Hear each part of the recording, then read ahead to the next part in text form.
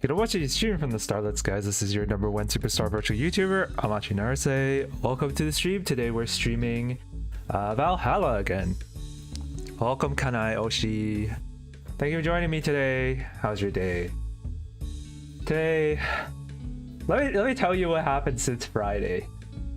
So yesterday was Saturday, or today's Sunday, right?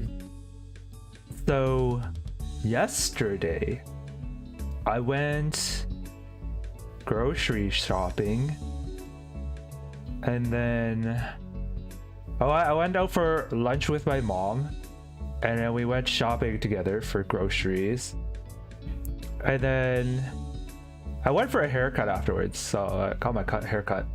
It was getting kind of long and messy, so I got it cut. Now it's fresh, now it's straight.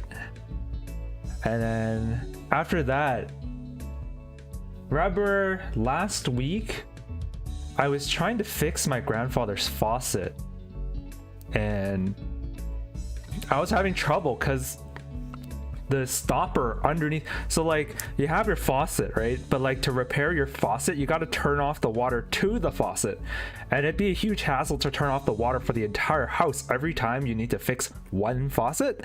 So in every house, underneath the faucet, there's actually a knob underneath the faucet that you can turn off, so you can turn off the water for just the faucet while leaving the water running for the whole house, right? So that's why I was turning last week, so that I could disassemble the faucet, put it back together with like different parts, and then I would reach under the faucet underneath the sink, turn the knob back on, and let the water flow again to see if the thing, like if what I did fixed the faucet or if the faucet still continued to leak. Now the thing underneath the faucet broke. The knob controlling the water to the faucet broke, and it wouldn't control the water anymore. It was either stuck, like it was stuck in the off position, so like even when I turned the knob, no water would come out of the faucet. So when I was at work, and I only work from work half the time in the week now, so, and there's happens to be a hardware store near work, so I waited until I got to work so that I could drop by the hardware store. Otherwise I'd be making 2 really long trips. So I dropped by the hardware store after work to pick up the part I needed to replace the valve underneath the faucet. And so yesterday, I finally went to my grandfather's place. I went underneath the sink. Well, first of all, I had to figure out how to turn off the hot water pipes, because you don't want to get sprayed by hot water when you're trying to work on a pipe. That's dangerous, right? So I go over to the hot water tank, and I was like, I feel like there should be another valve here on the exit side of the tank to control the output of hot water, and I don't see one. And using my hands, I could feel which one's the cold water that goes into the tank and which pipe is the hot water that comes out of the tank. I could feel it. And on a side note, I just realized that the hot water pipe should probably have some insulation on it to protect it from losing heat. So I'll think about that later on. But anyways, I could feel the pipe for the hot water, but there's no valve on it, and there's only a valve for the incoming cold water. I was like, why is this? So I Googled this. I'm like, how do you turn off a hot water tank? And they're like, you just turn off the cold water pipe, and then you extinguish the gas flame underneath, and that's it, you're done. And I'm like, man, I don't even know how to extinguish the flame underneath. I barely know how to turn it back on. So I like, flame aside, I'm sure it's fine to like just mess with the water for a few minutes. If I just turn off the cold water and leave the hot water in the tank, like, should be okay, right? I'm not gonna burn down the house or anything, right? So that's what I did. Turn off the cold water, and then I opened a few hot water taps in the upstairs of the house, and I went to the lowest bathtub in the house. I turned on the hot water there, and hot water starts coming out. I'm basically draining the hot water pipes so that hot water doesn't come bursting out of the pipe still, because there's still some residual hot water in the pipe, right? So I'm just relieving the pressure and draining it all so that there's minimal hot water that comes out of the pipe when I take the valve off. So yeah, all the hot water comes out, everything's going smoothly. I start working on the pipe underneath. So like the valve has one line that goes up to the faucet and one line that goes into the wall, right? And the line up to the faucet is the one I take off first because that's the easiest one. You're gonna have a little bit of water come out that's still stuck in the line, but that's about it. And I had a bucket underneath to catch all the water that might flow out. So I undid that line, some water comes out. It's not hot, it's just like warm. As expected of water that's been sitting out in an open pipe for a while, you know, hasn't been run, no fresh hot water, it's just lukewarm water. Comes out, falls in the bucket, it's fine. The hard part comes when I'm trying to remove the valve off the pipe that comes out the wall. And for some reason, I couldn't twist it open. I didn't understand how I thought it was just a bolt that went into a valve. And that was it. But no, it's more complicated than that. Underneath the bolt is a copper sleeve. And this is called a compression fitting. Basically, the bolt pushes the copper sleeve into the valve. And that's what keeps the water from leaking out of the valve. I didn't know this until just now, like until yesterday. And I was having such a hard time trying to unscrew the bolt, the nut. And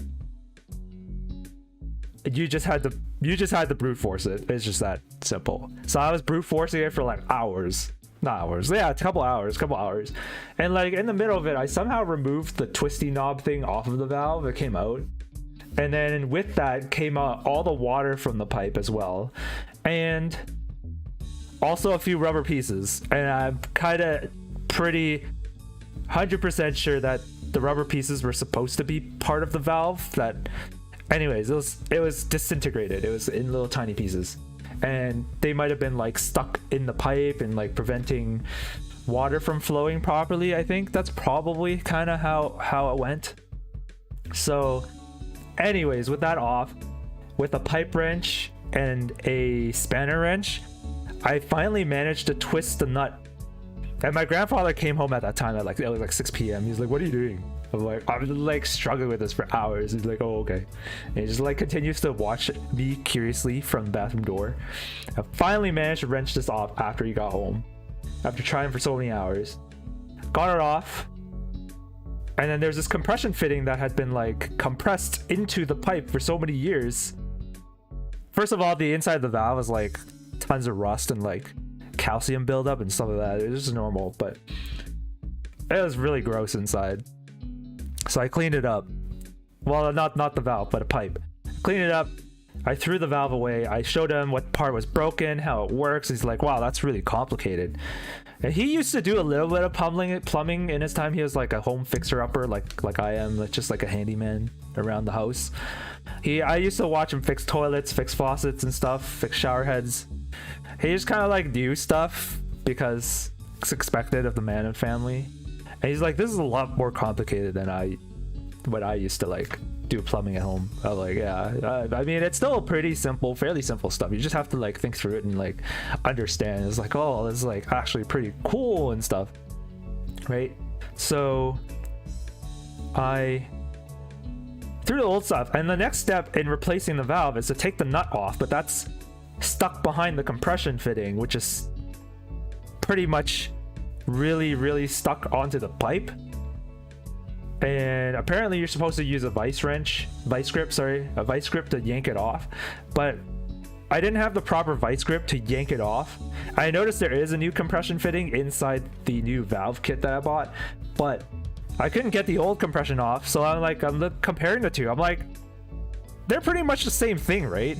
And when I was at the hardware store, the guy said all the pipes in North America are standard sizes, so you're not going to run into compatibility issues. So I'm like, if I'm not going to run into compatibility issues, then theoretically, the new valve that I bought with the new nut should be exactly the same as the new nut and the old compression fitting on the pipe already, right? And I tell this to my grandfather. He's like, "That makes sense." I'm like, "Okay." So I put the valve on the pipe and I screw the nut back on, and wow, it actually worked. it fit. And then I screw the inlet hose from the faucet back into the new valve, and I make sure the valve is closed. And I'm like, Ramps, watch the valve, make sure it doesn't leak when I turn the hot water mains back on. And he's like, okay. So I turn the hot water mains back on. I turn it on slowly. He's continuing to watch for leaks. I turn on the tap in the faucet. Hot water comes out. Everything's good. I'm like, wow, it's fixed. So the valve is fixed. And then we start working on the faucet, because remember, I was in the middle of working on the faucet when the valve broke. So I went back up to the faucet, I started fiddling with it, and it's still leaking despite me fiddling with it last Saturday. So I start like, he and I start like brainstorming about how to swap and exchange parts to try to get like the faucet leaking as little as possible, or at least figure out exactly which mechanical piece inside the faucet or rubber ring or like whatever inside is leaking. And we finally like found a combination of parts where if you turn the handle 30 degrees open, it actually stops running. But if you close it to like fully close, it starts like leaking pretty steadily. Like it's like steady trickle. And then so I just told everyone in the house, just leave it 30 degrees open. And that's fine.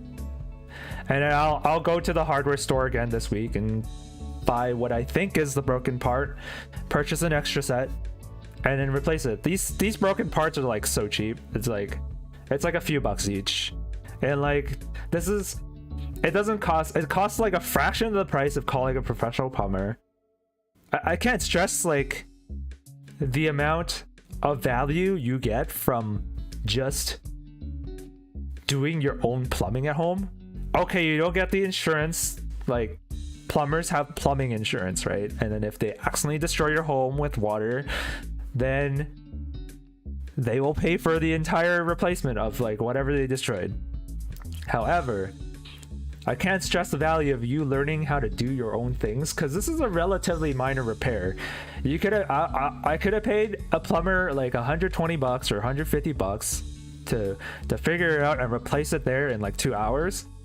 But the value I got out of figuring this out myself, like the valve I've never touched in my life before, hot water mains I've never turned off in my life before, faucet I've done several times, like many times actually. I'm quite familiar with faucet because they often break. I replaced like at least 10 faucets in my life in this house, and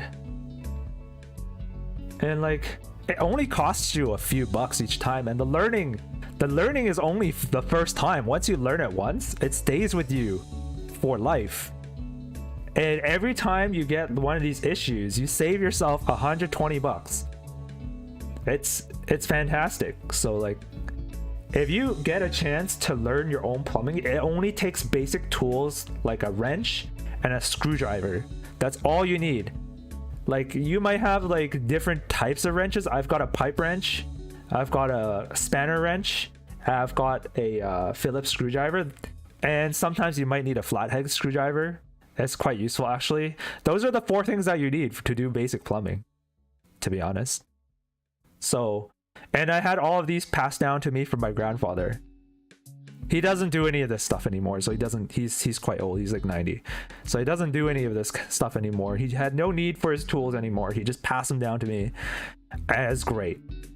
So I'm very grateful to have access to these tools. And whatever tools I don't have, okay, you like go outside, you buy like $30 for a set of screwdrivers, and this $30 stays with you for the rest of your life, unless you're like destroy the screwdriver or like destroy the wrench, which is pretty hard to do.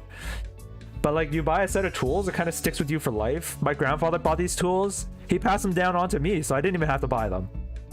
So like his spanner wrench probably cost him like $5 in the past, right? And then like this $5 is like 2 lifetimes worth of value. That's like, you can never go wrong with purchasing a good set of tools.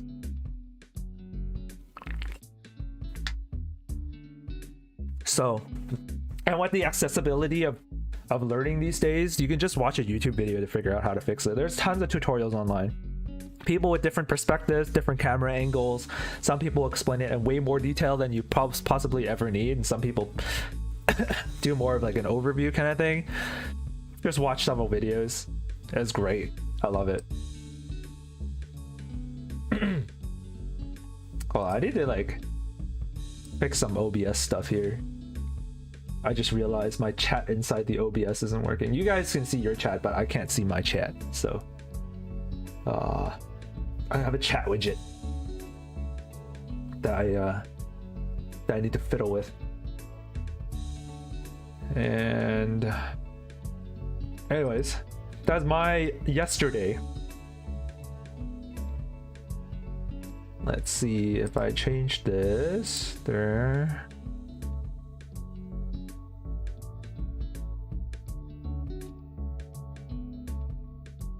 Here, there's this bug in OBS that sometimes I have to log out and then log back into my stream elements before the widgets actually load.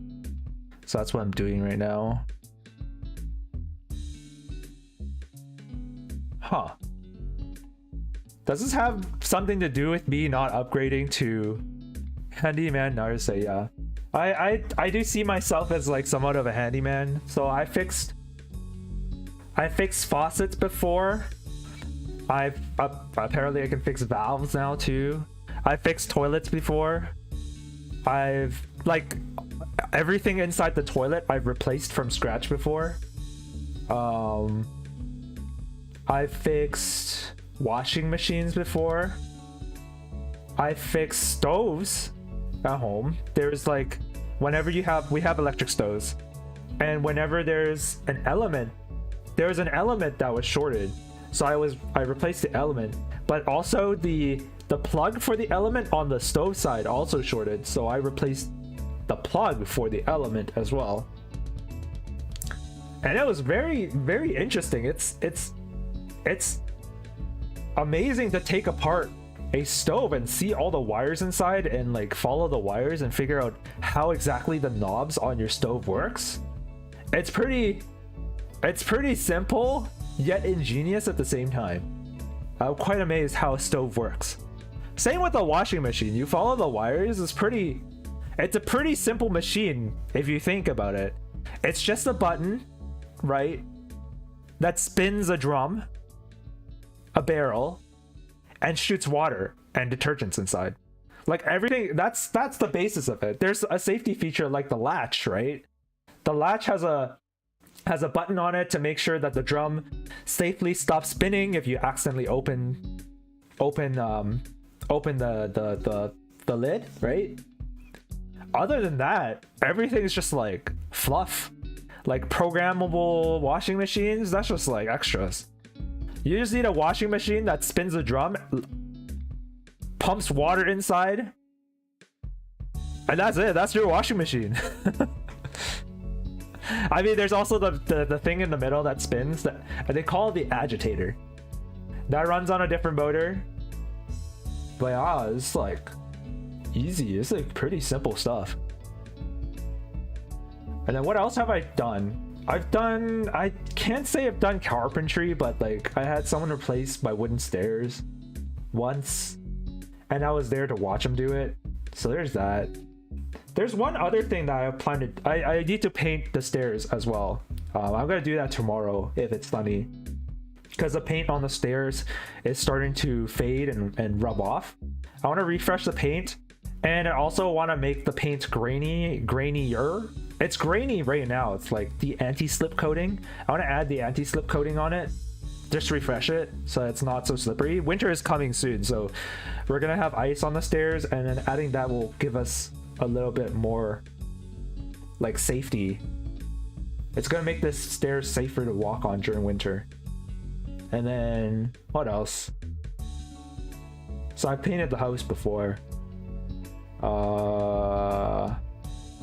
What else do I do? I don't know.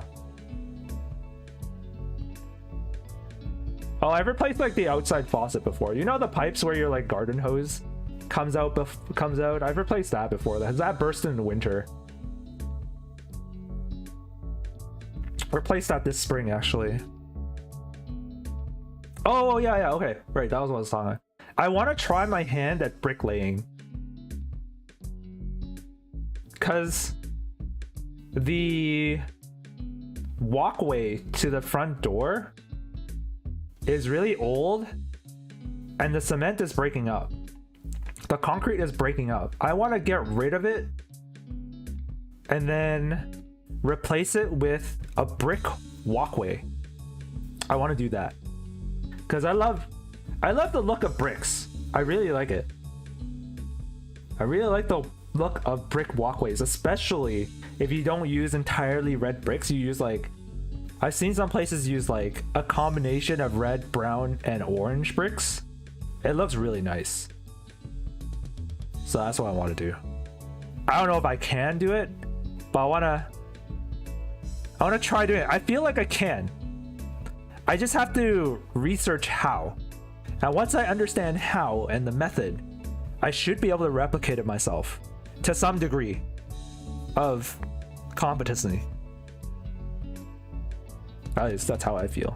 I always feel like I had like a knack for learning things and not mastering things, but learning something to a competent degree where I can do it. Yeah. I just have confidence in that. Anyways, been sitting on this Valhalla screen for so long. I should just start. It's been half an hour. So cool. You can do it with a bunch of you can do a bunch of cool stuff, holy moly. It's just like, I wouldn't say it's cool. I think it's like good skills to have in life in general. Not as like a man or anything. Even a woman can learn these skills, or like it doesn't matter what your gender is. Just learn. Never stop learning. If you have the ability to learn it, if you have the ability and the time and the motivation to learn to do something yourself, go learn it. Streaming is the same. I'm learning more things about streaming every time I stream. I learn this and that. I learned that I probably need to upgrade my OBS from OBS 27 because it's probably an unsupported version now. See, I'm burping because I'm drinking a bit of stuff. Yeah, it's just go learn it. Watch a YouTube video, learn a bit of stuff. Watch those lawyering videos. The legal eagle dude, he's pretty entertaining. And then there's like Attorney Tom now, he's pretty entertaining too. They do like funny lawyer stuff, and then like at the same time they give like, legally this probably shouldn't happen that way and it should happen this way, and blah blah blah. And then there's like the Dr. Mike guy who does doctor videos. Who else do I watch? The Real Engineer, he does like engineer. There's like he doesn't do too much engineering now. Engineering's more of a meme. But he used to be an engineer. There's like this other guy who does engineering. Real life engineering or something like that. I think that guy does like actual engineering videos. He talks about like mega projects and how they're built and what kind of thoughts were put into it, what kind of considerations they did while doing it. Or like he talks about engineering disasters, like natural disasters where a bridge fell down, and he'll brief you on like what kind of weaknesses they found about the structure and why it failed. So I like watching those things. Yeah. If you have time and interest in those things, you should watch them too, because I feel like they're very enlightening. It's like, you live in this world, you might as well learn what it's all about, right? You can take it for granted that you walk over a bridge every day, but you can't ever appreciate the amount of work that went into it engineering such a simple bridge unless you know, right? And even then, I think I probably only appreciate a fraction of what goes into engineering a bridge. And like after working on toilets and faucets and washing machines and stoves, I can really appreciate what kind of thoughts, safety, use, design went into these things, right? Anyways, that's my 2 cents about learning things. Let me turn off my BGM and then get into vall-halla. Do you guys hear it, by the way? It's not gonna play yet. I think it's after these logos that it starts playing music. Oh, I hear music, but you don't hear it. Hold on, give me 1 second. Let me fix that. I just gotta go into my audio devices and turn it to default and turn it back to non-default. There you are. You should be able to hear it now. Good.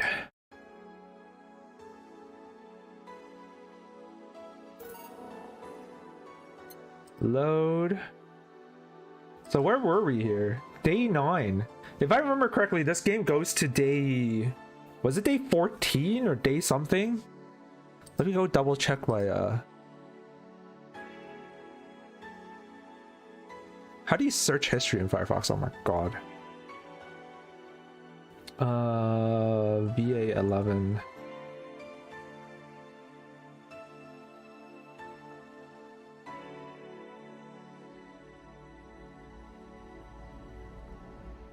How many days? Day 17. Okay, I'm on day 9, so there's 6 more days. I'm more than halfway through. That's good to know.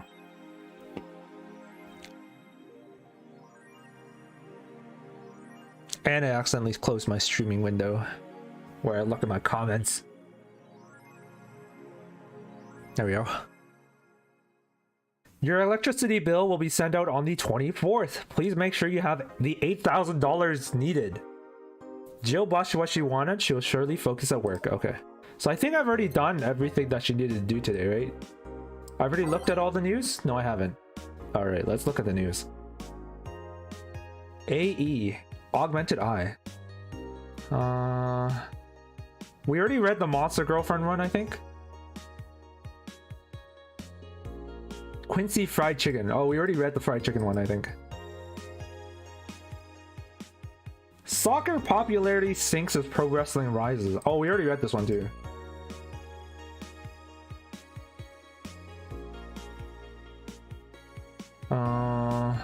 Nothing new here. Shop, we already shopped. And then what's in here? What's this again? Is this Reddit? Yeah, this is Reddit. Nano Camo underwear, we read that.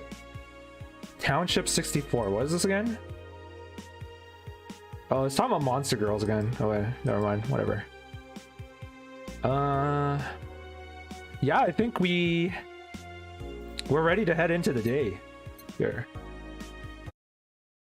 Wednesday, December 21st. Good evening. Ah, Jill, good timing. Is it? You always make me feel like I'm late. If it helps, that dog isn't coming until sometime later. I don't even understand why Dana hired a dog. He's literally useless. He just sits around talking. He can't make...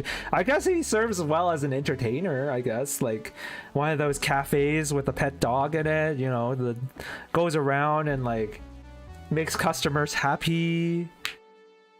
I mean, where is that? The dog is the best character. Is he? Who's the best character? There are like a load of weird characters. Who is the best character so far? Let me think. I can't remember. I think to me right now so far, Stella is my favorite character because she's just like a posh businesswoman. She's like the most normal. Sei is kind of weird. She's got some issues going on with her. And then I guess My judgment. You missed the dog. I'm sure. Well, apparently Dana says the dog is coming later, so the dog's gonna be here later. Anyways, do you have something planned for Sunday? Watch silly mega Christmas specials with 1,000 grams of black fur on my lap. 1,000 grams? Your cat is only 1 kilo? Wait. What's the average weight of a cat? Average weight of a cat. Average cat weight. How much should a cat weigh? A medium-sized cat is 14 to 15 pounds. How much is 14 to... How many kilograms is 14 to 15 pounds? 1 kilogram is 2.4 pounds, roughly. Why is your... Why is your cat 3 pounds? Why is your cat 1 kilogram? Wait. Yeah. So like 14 to 15 pounds divided by 2.5 would be about, let's see, times 3 divided by 10. So like 3 kilograms? Your cat is 1/3 of its weight.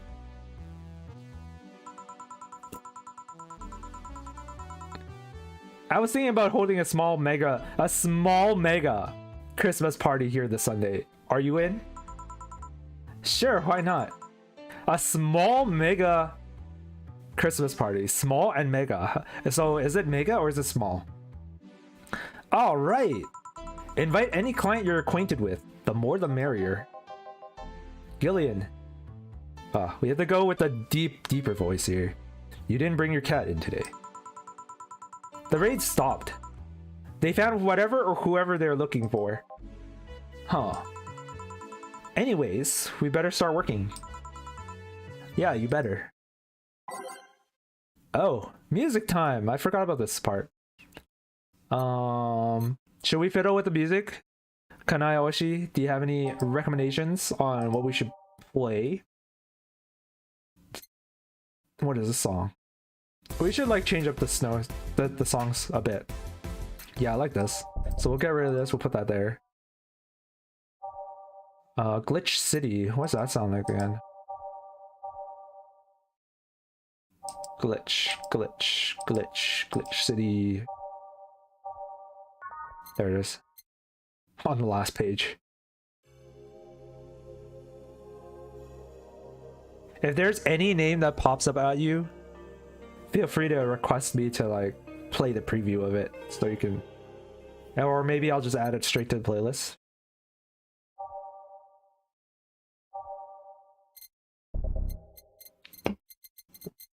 I'll do maybe Valhalla. And then a good one I like is the White Knight. March of the White Knight. Because this is the final boss dueling theme, I think, in Girls Online. What does the Metropolis one sound like? What page is that?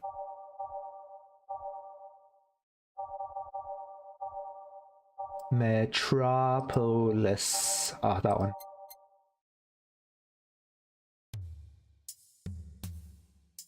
Starts off kind of slow and simple.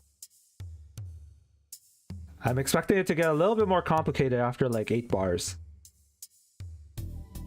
Yeah, there it is.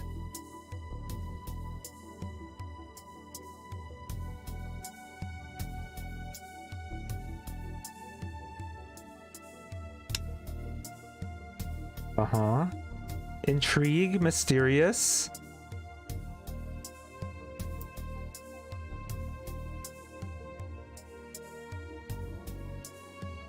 Okay, something's happening.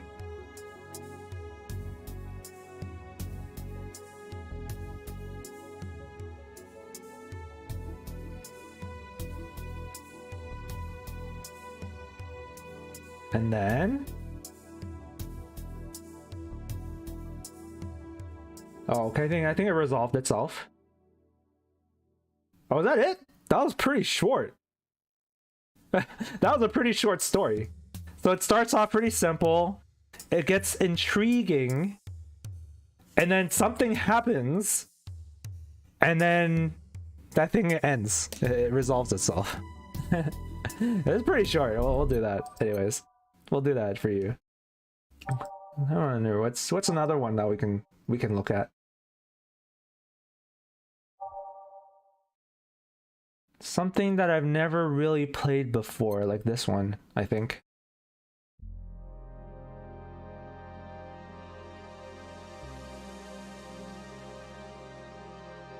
The Assignment. I wonder why it's called The Assignment.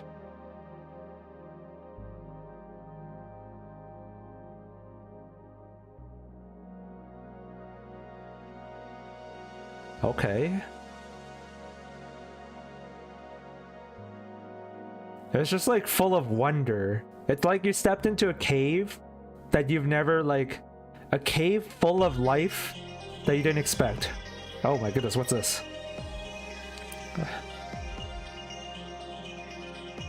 And then you stepped into the next room of the cave and you discover something bright in the center.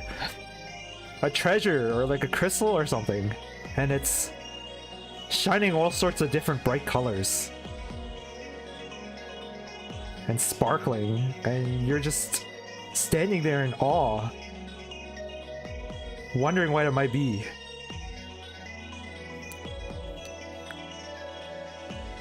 You're a little curious now. You approach the crystal or the bright object. You're trying to figure out what it is.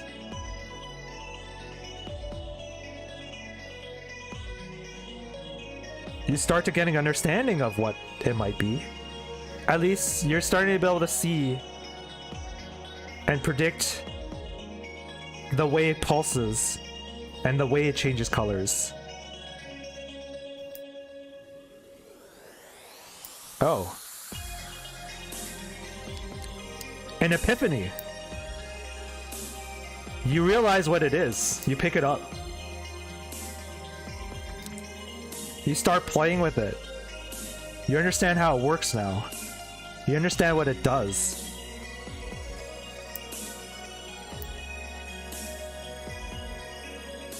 You're learning all sorts of new knowledge through it.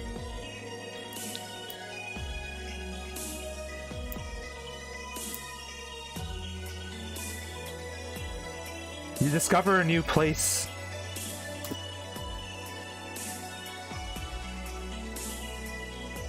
Full of wonder. And never before seen things.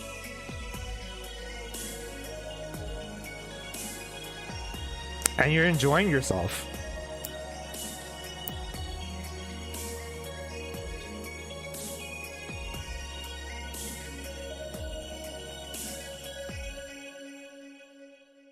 And your journey ends.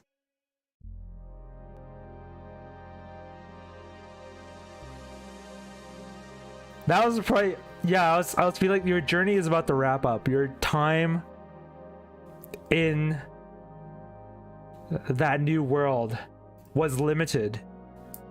And it ended at the best part. We'll do that over here. Actually, we have another Metropolis here. We probably shouldn't do the same song twice. What's another one? What's another one that's intriguing and I haven't really analyzed before, like this one. Heart of the City. Oh. Strong start.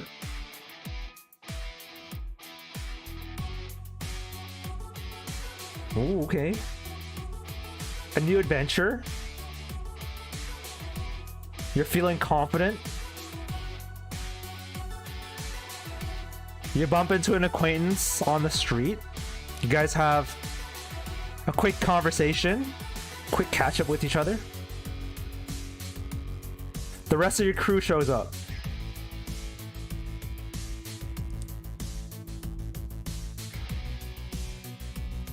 And you're like just vibing with your friends. How's it gonna change?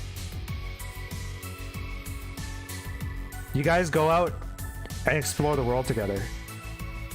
Explore the city together. Explore the nightlife together.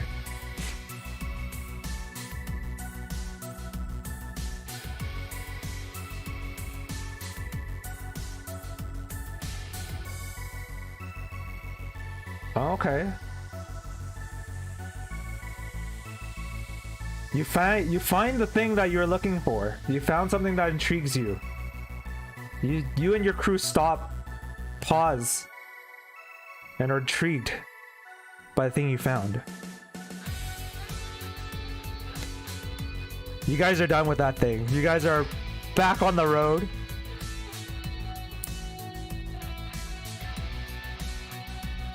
Looking for your next adventure.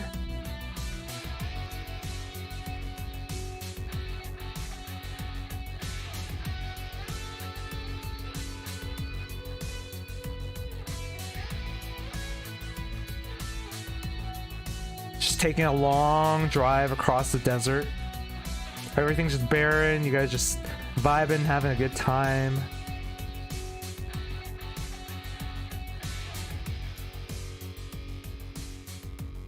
You guys reach home. You guys log off for the night. Fade away. All right. What's another one? Out of orbit? Oh, okay. Got some synths.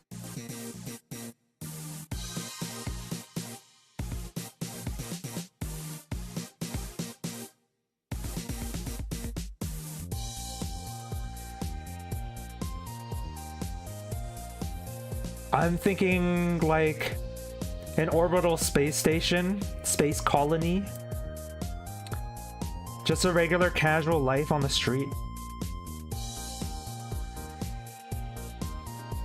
Everything on the space station is either pure white concrete and occasionally filled with some greenery, some trees. Few people on the streets walking from building to building, going about their day. Overall, just everyone's just casually walking around, going around doing their own business. Oh. You spot kind of a strange person on the road who sticks out.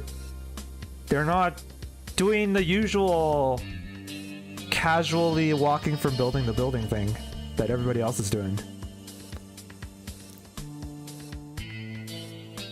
And you're just kind of like looking at them, intrigued, like what are they doing?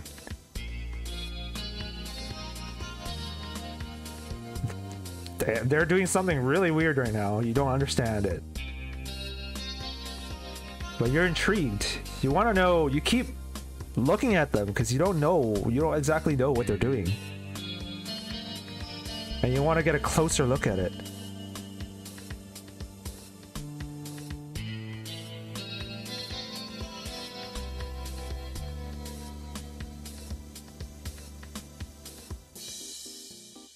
And they're done. They're done what they're doing. And you go back to observing random people. Alright, let's go with this playlist.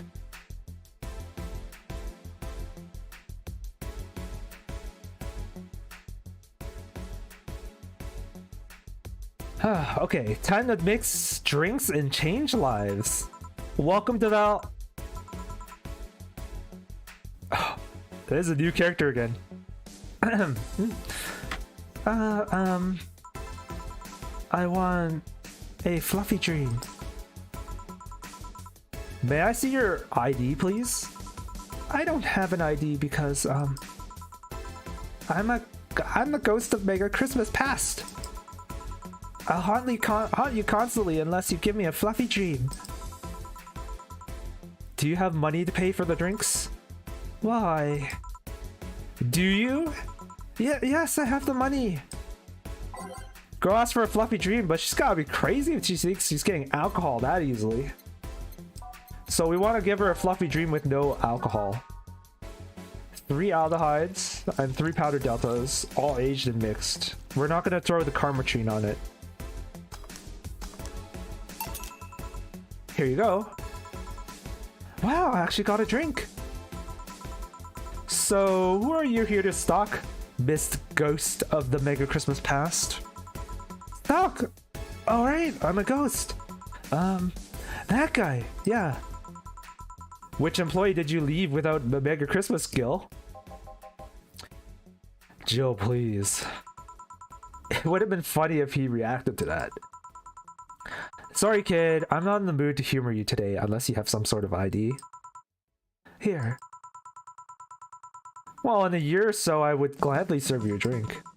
But until then, this is no place for you. But I already got a drink. A non-alcoholic one. You didn't expect me to really give you a drink, right? So if you would please leave. I can't leave, not after trying so hard to even get here. Alright. Let's start from the beginning, Miss Norma. How'd you know my name? I saw your ID. It could have been a fake ID. I don't think you're stupid enough to make a fake ID that doesn't put you at 18 at the very least.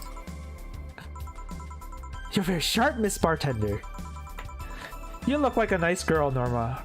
Why come to a bar like this?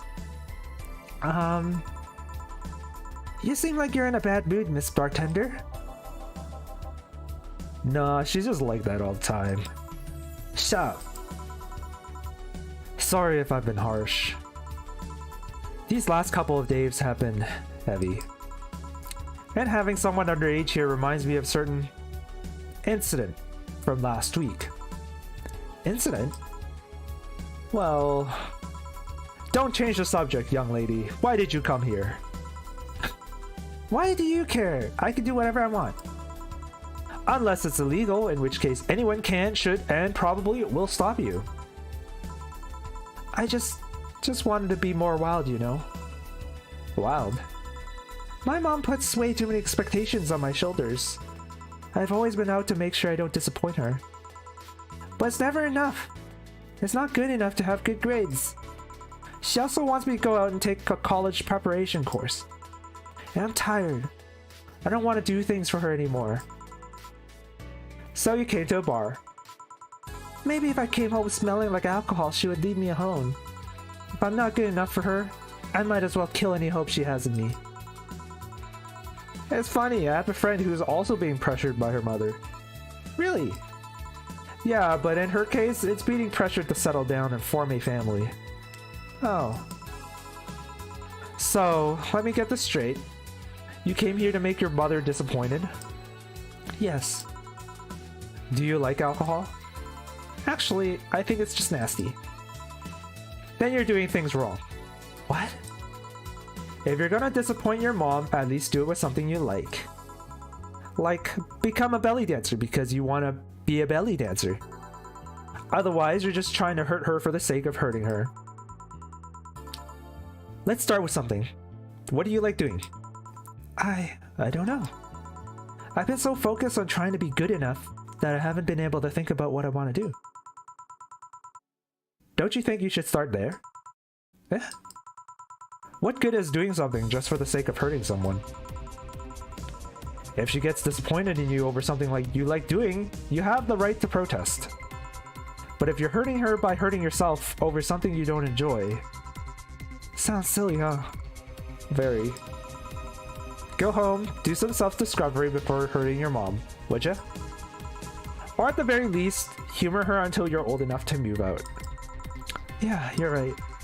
Thanks, Miss Bartender. Call me Jill. Jill, alright. Careful out there. In the end, you did humor her for quite a bit. Shut up. Oh, a doggy. How do I voice this guy? Hey, little girl. Oh, it's like Ruffy voice, right? Oh shit. G&J, how you doing? You're late. Miss me, J. You're too early. Ah, good to see you here. It's him, the doggo. Yeah, he's here. Boss, will he be any good around here? I'm right here. I know. Of course, I spent lots of time training him. Why do you think he didn't show up last week? Because how the hell would I know you bring a part-timer dog? Here, let me show you. Sit. Sure, yeah, sure. Roll. Sure, yeah, sure. Paw. Sure, yeah, sure. Training. Of course. He's only shouting sir, yes, sir, and not doing anything else, though. I never said I did a perfect job. Huh? Is that a motorcycle? Oh, shit. Hey, not in my office. In the end, he's just a dog, I guess. Oh, who's this? Another new character. Yes. Bathroom. Oh, sorry, it's only for clients. Why does he look so shocked? Promise me you'll buy something afterwards? It's that door over there. Who the hell are you? The other one? Sheesh. I said get out of my desk. But the world's ending. It was just a motorcycle. They're the 4 riders then. Those are horsemen and it already stopped. Thanks. Don't mention it. I need to buy something now, right? Oh, no, you don't have to. Sorry if it looked like I meant to inconvenience you. No, I'll order something. I need a rest anyways. What can I get you? Piano woman would be nice. Sorry, didn't hear you. Ahem. I'll have a Mars Blast. Sure. Mars Blast for a biker guy. I think he said piano woman first, though. Should I just make him a piano woman? 5 aldehydes. I think I should make him a piano woman. 5 Bronsons. 2 deltas. 3 flanner guides. 3 karmatrines. All aged and mixed.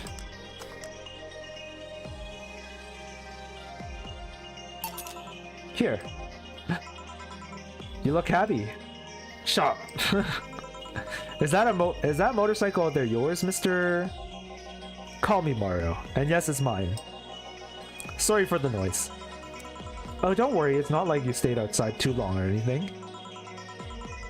So, what do you work as, Mario? I live to paint the roads black with my wheels, leaving the trail of my engine sound wherever I go. I'm a rebel. F the red lights. F the speed limits. F helmet laws. The roads are mine and mine only. I am... Guys, I'm gonna go outside with a dog. We'll advertise the bar. Hello, doggy. Hello, shady guy. Shit. I'll be back before long. Don't worry. Alright. Careful. Who is she? Oh, she's my boss. She was cute. Not that you're not cute, and it's not like I'm into girls either. Not that there's anything wrong with that, I just... So, where do you work, Mario? I told you, I'm a rebel, Rebels can't maintain those bikes for too long. What's your day job? I'm a delivery boy. That's really appropriate, I guess. What do you deliver? I'm from a courier company, so it's kind of like mail, I guess. I'm always around the city, and I know it's like the palm of my hand. Sure, I might not remember every building, but I remember every intersection and every street. That's nice. I still can't take detours without feeling totally lost. Try guiding yourself with the help of landmarks. Around here, the Staber Station's antenna is a good reference.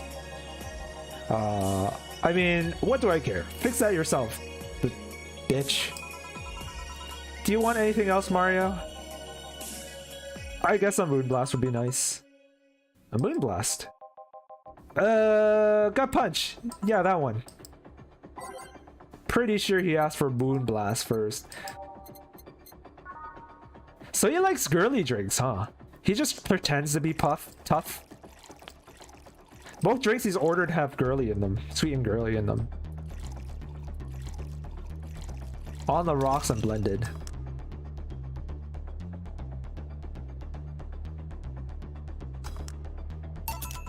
Here. Huh, this is good. It's a Moonblast. No, never mind. Say, Mario, why do you try so hard to keep that tough guy image? It isn't working? Maybe when you arrived and had to go to the bathroom, but after that you just kind of look cute.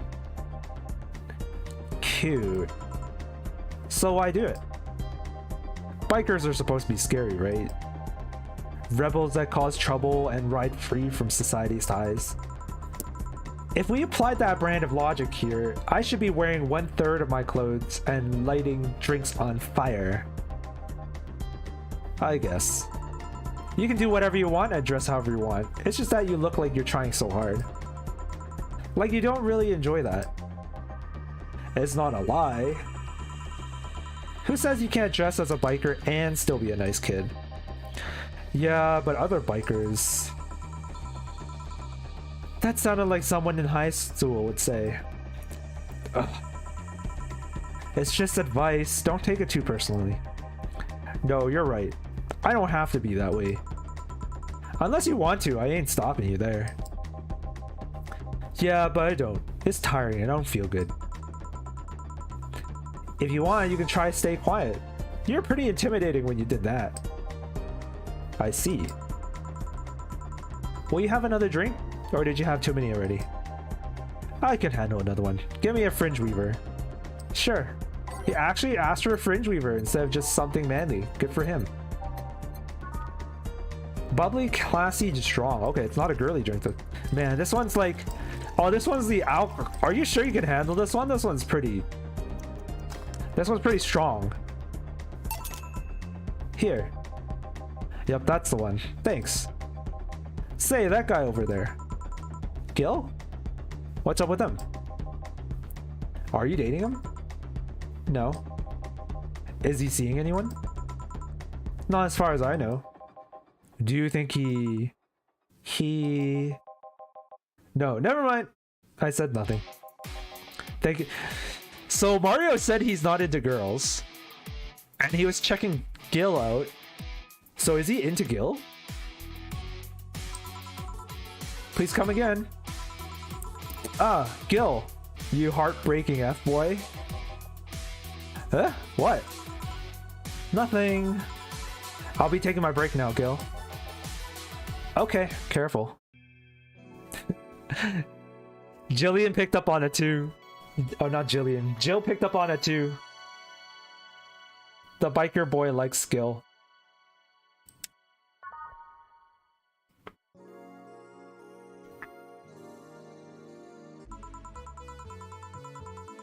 What is this? Billy didn't smell like poo today. That's a new one. Who's Billy?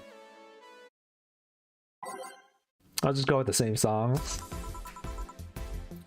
Alright, back to business. Back. Any luck?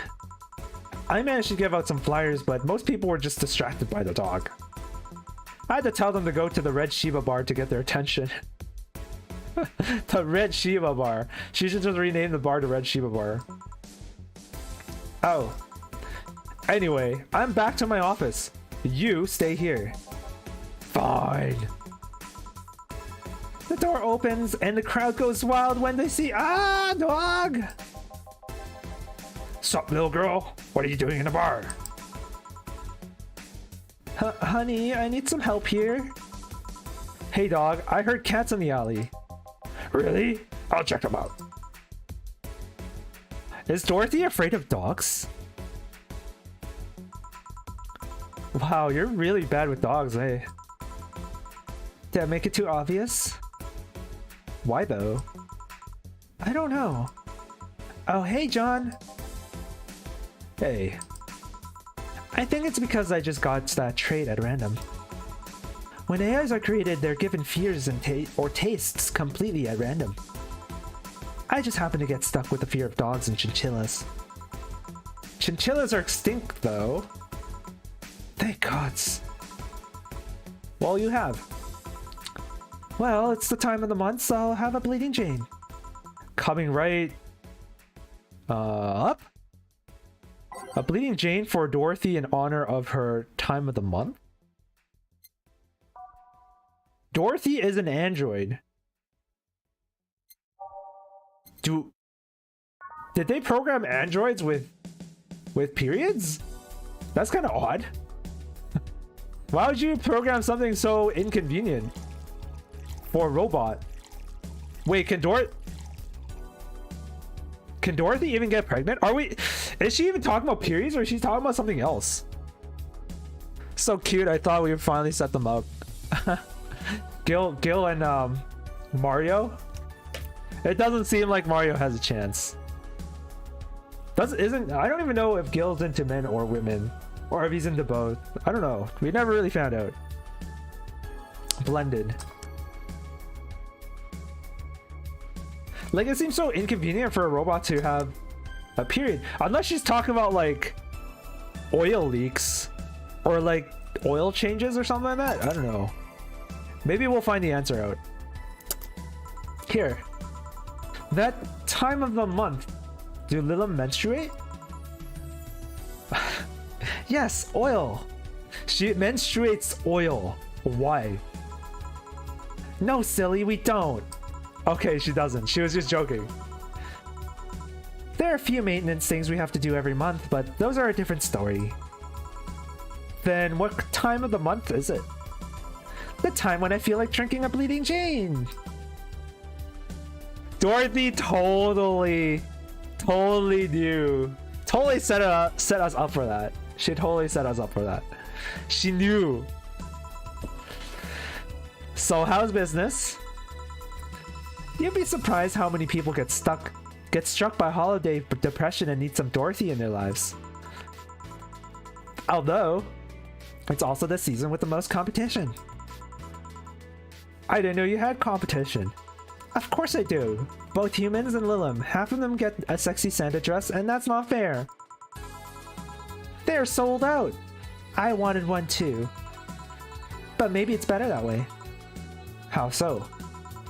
The other girls like to dress in skimpy clothes and show lots of skin. That scares off lots of people. I learned that the best way to maintain regulars is just to dress normally. Really? If I dress normally, they can just pretend I'm some acquaintance. No need to hide me until reaching the room. Hell, some even invite me to dinner or movie before anything else. Although I must say, it's a bit hard to get the clients in the first place. They can't tell what I do at a glance. And the first time they see me after a call, they think I'm just making a prank or something. Huh, never saw it that way. Which reminds me, do you only serve humans or do you serve Lilim too? Humans only. But I do have an at least 40% organic policy. 40%? Human from the neck up. Dicks preferably organic, but I can make exceptions. For females, I'm not so strict though. Huh. Hello Dixie, you joined at a weird time where we're talking to Dorothy and her work. As before, Dorothy is very passionate and open about the kind of work she does. Oh, you missed Biker Dude, you missed Dog.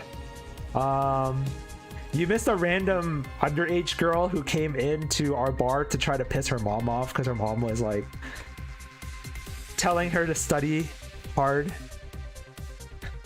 And then she wanted to come to the bar to piss her mom off. That's about it. Not too much. I spent like half an hour talking about my day yesterday. Guess you missed that part, but whatever.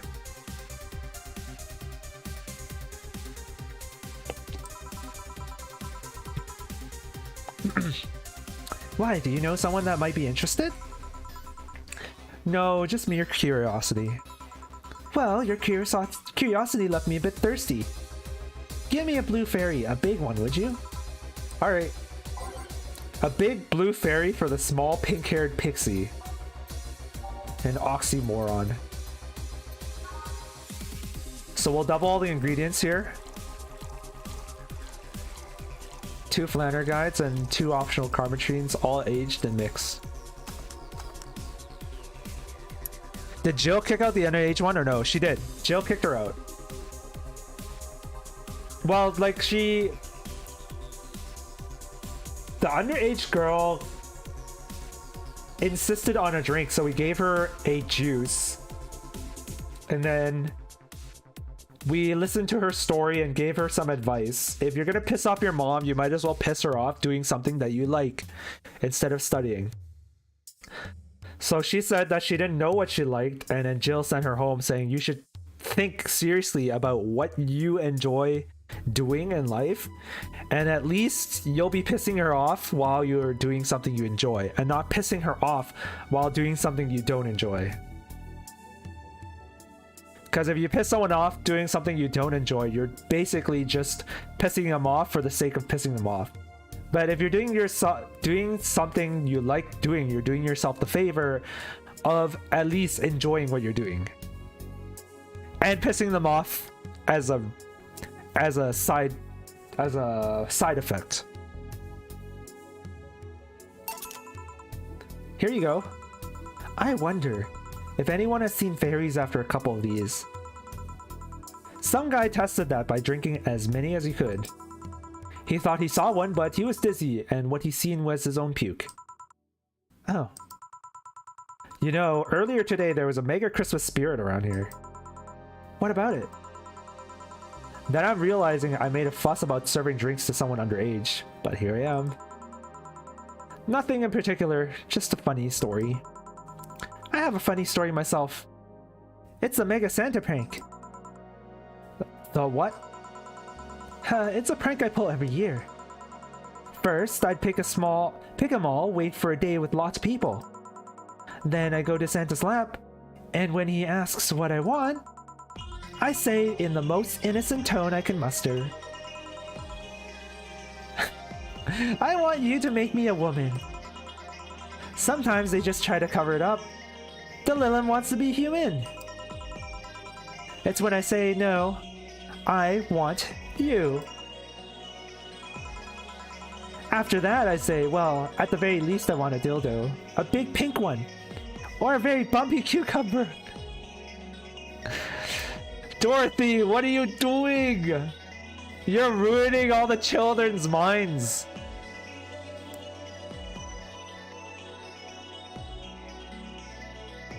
The first part was smooth. She wasn't even doing it for the Santa person, right? She's just doing to mess around.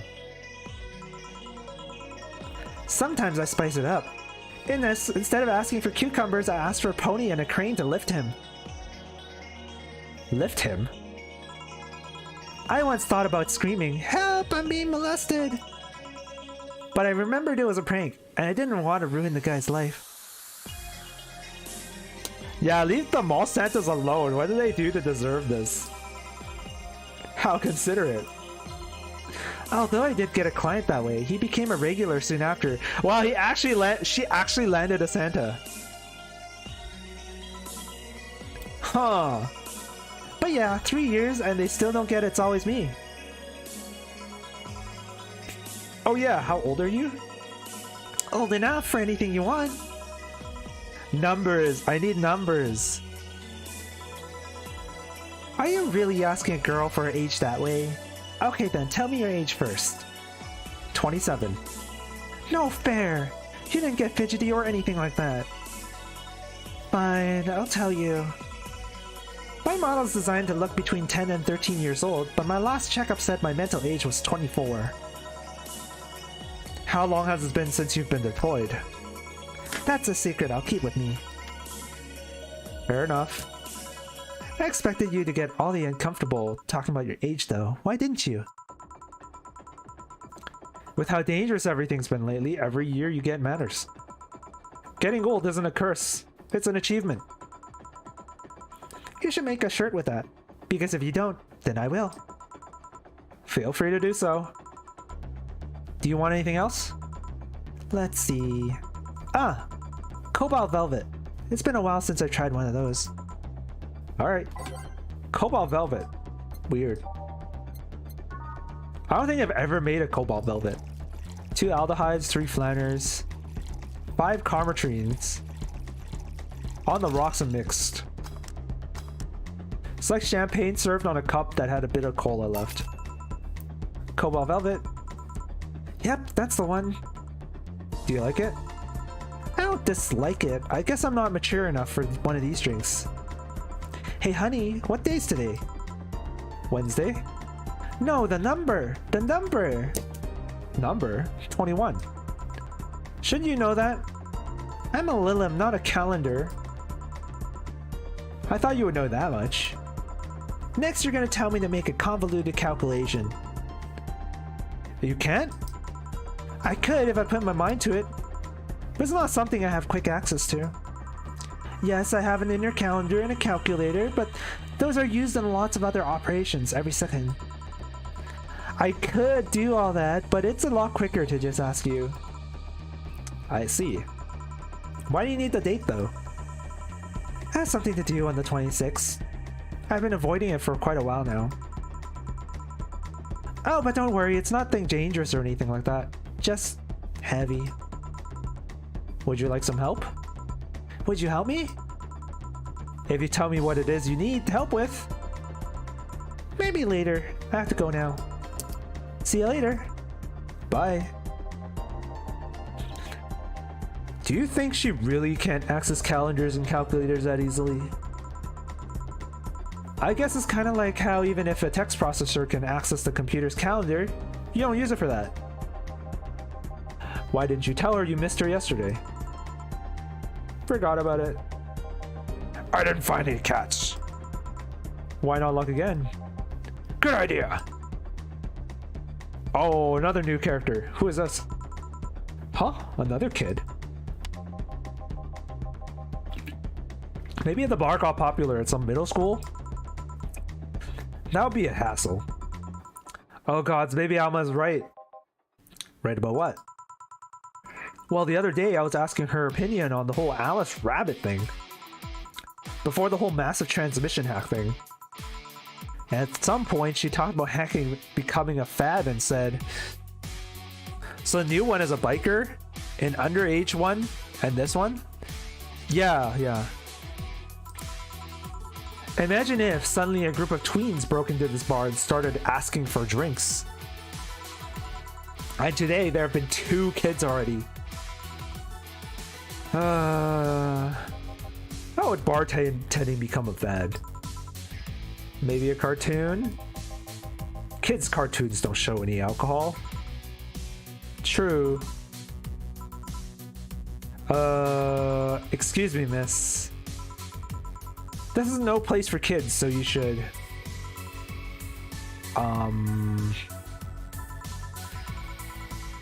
Gil, she's staring too much, and she's saying nothing. She's not ordering anything, she's not causing trouble, and there's nothing inappropriate here. I mean, nothing inappropriate aside from alcohol, but alcohol's everywhere anyways. So what do you suggest? Let her be? Maybe she's just curious about the bar. She's saying nothing. Maybe she's curious and shy. Also, it's rude to speak about people you have in front of you like they can't hear you. Yeah. It feels like she is saying something, it's just not like... She's just not saying it very loud. Maybe? Jill. Ah! How the hell did I startle you? What do you want? Can you help me out here with the beer? Right. A beer for Gil? Haven't I seen that girl before? 1 aldehyde, 2 Bronson, 1 powdered, 2 planters, 4 carmachines, all mixed. Here. Thanks. And lower your guard a bit, please. Interesting choice, Gillian. Oh yeah, before I forget. The disposal unit comes on Sunday. Do you have any expired ingredients on your side? Oh right, yeah. There's a bottle of carmachine that's like a month past expiration. Put it by the sink so I remember to dispose of it. Thanks. Hey miss. Yes? Are you happy? Am I happy? Well, that's a weird question. I'm not sad, I guess. I'm not jubilant, but... No, I mean, are you happy with your life? with your choices? Deep question. I mean, I must have 1 or 2 regrets, but I guess it could be worse. Regrets? Yeah, I mean, don't we all? I see.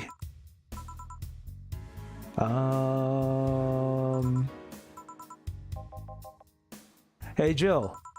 Ah! Again? Aren't you a bit on edge? Maybe. What do you want? Didn't you borrow the screwdriver the other day? I did. Why?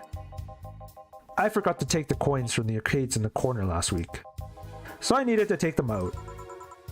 Oh, let's see. Here. It's not like they see much action these days anyways. Chump change still money. Pocket change has saved my ass many times. What? Did you throw it in someone's face while escaping? That only happened once, and the old lady started it. She just stares into your soul. She's just here, like, what is her purpose here? She's just asking me questions. She's not buying anything. She's taking up space in the bar. She might as well just leave. Right. Why does an arcade still use coins nowadays? Or physical money, when you get down to it? For the reason arcades still exist. Nostalgia. Maybe. Hey, miss. Huh? Yeah? Do you recognize me? Recognize you? I want to say I do, but... Sorry. Really? You can't remember your own sister's face? Sister? Sorry, but I don't have any... Sister? Not even a sister-in-law? No way, Gabby, is that really you? God, I'm so sorry, but you've just grown so much since I last saw you. How long has it been? 3 years. Right. So you know her? Yeah, she's actually my ex's sister. Oh, it's that girl. It's the girl. Oh, it's her ex-girlfriend.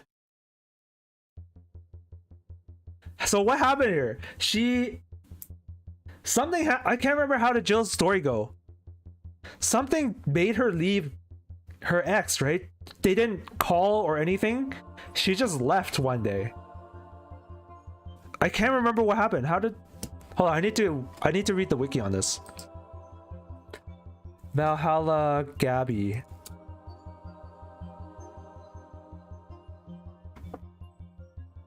Blah blah blah blah blah blah blah blah blah.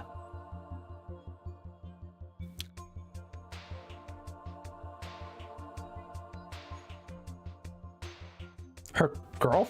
Actually, my girlfriend's. Oh, okay. So, Jill used to date a person named Lenore, and Gabby is 10 years younger than Lenore. And then Jill and Lenore, for some reason, broke up. But Jill and Gabby, Lenore's younger sister, were actually pretty decent friends until they stopped talking. So how did Jill and Lenore kind of...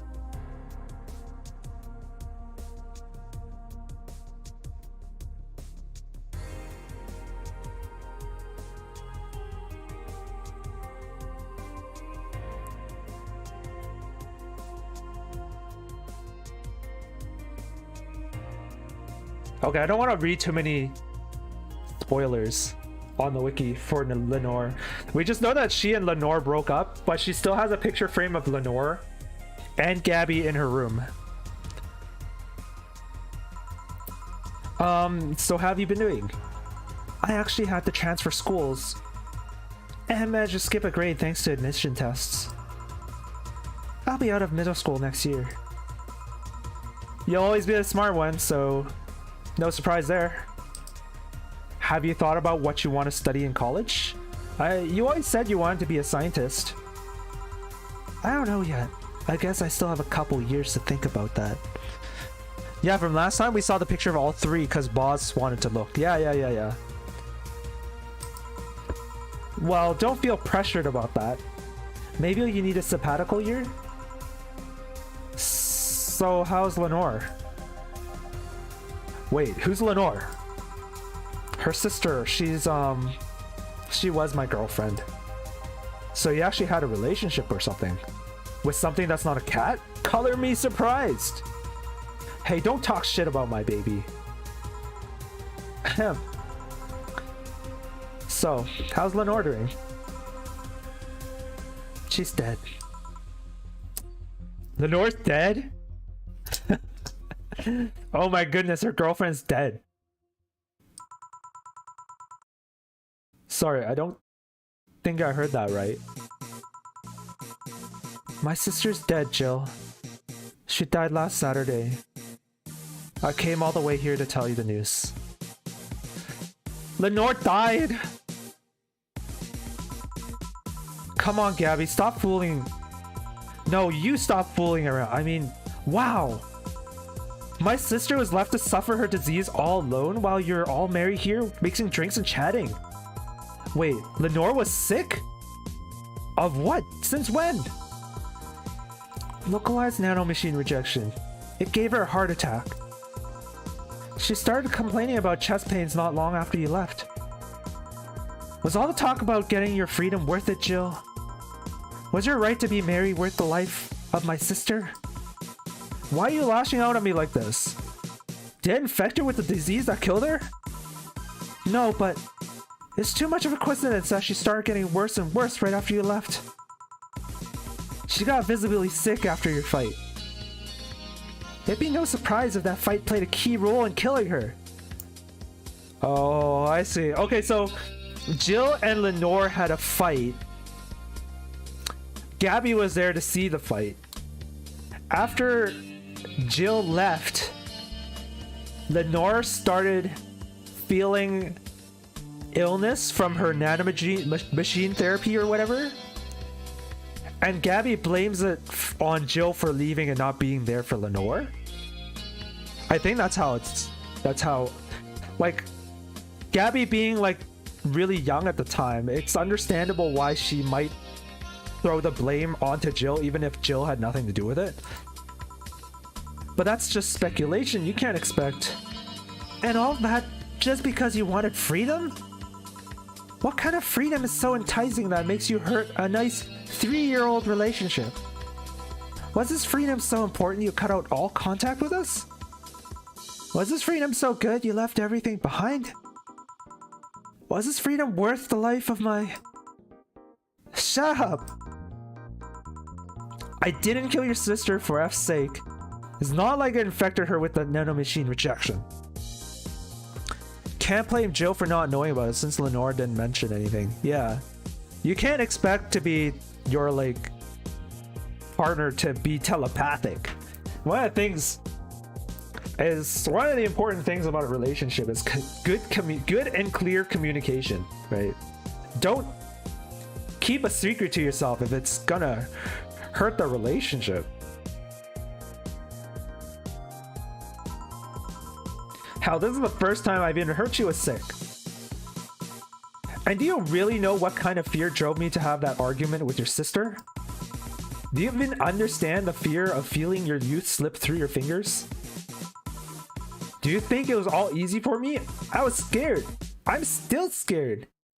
But I needed to grab a hold of my life. Wow, Jill really going on a rant here. I feel like Jill should probably have taken Gabby out to a private space to talk about this, but instead of talking in front of Gil and Dana probably is in the back listening to this too. But it has nothing to do with your sister. I loved her. Do you think that fight didn't hurt me too? Idiot. Ah!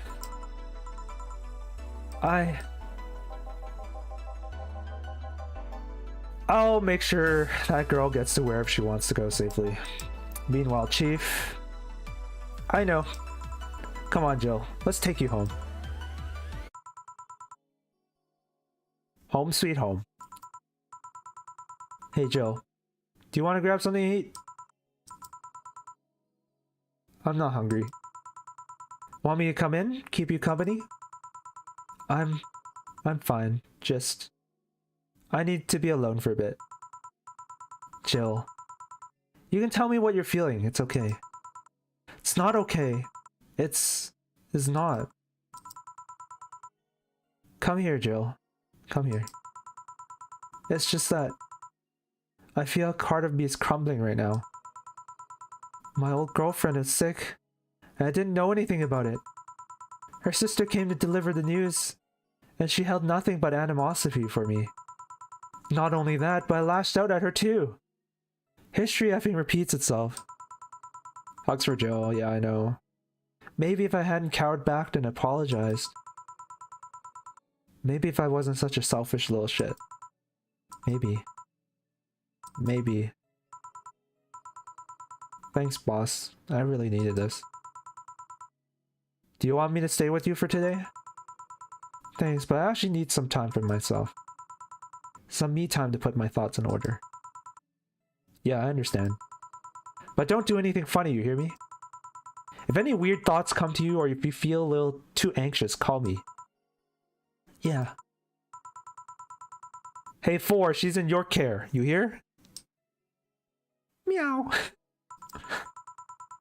Remember to call me. I'll call you later to check on you nonetheless.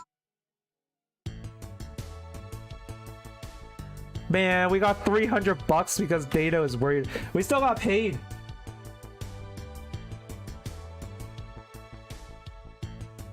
We got paid a pity fee of $300. We got $6,000. We have to pay... Today's the 21st. We have to have $8,000 by the 28th. Not 28th, the 24th. This is great boss right here who cares about their employee. Dana did say that Jill, she considers Jill one of her best friends, so it's understandable that Dana would be there for Jill. I need $8,000 on the 24th. Jill is feeling down, but she really liked that cutesy game poster she saw. Buying it will prevent her from getting too distracted. I guess we should buy the game poster. What's the game poster? This one, cutesy game poster. Pink-haired witch flying on a broom.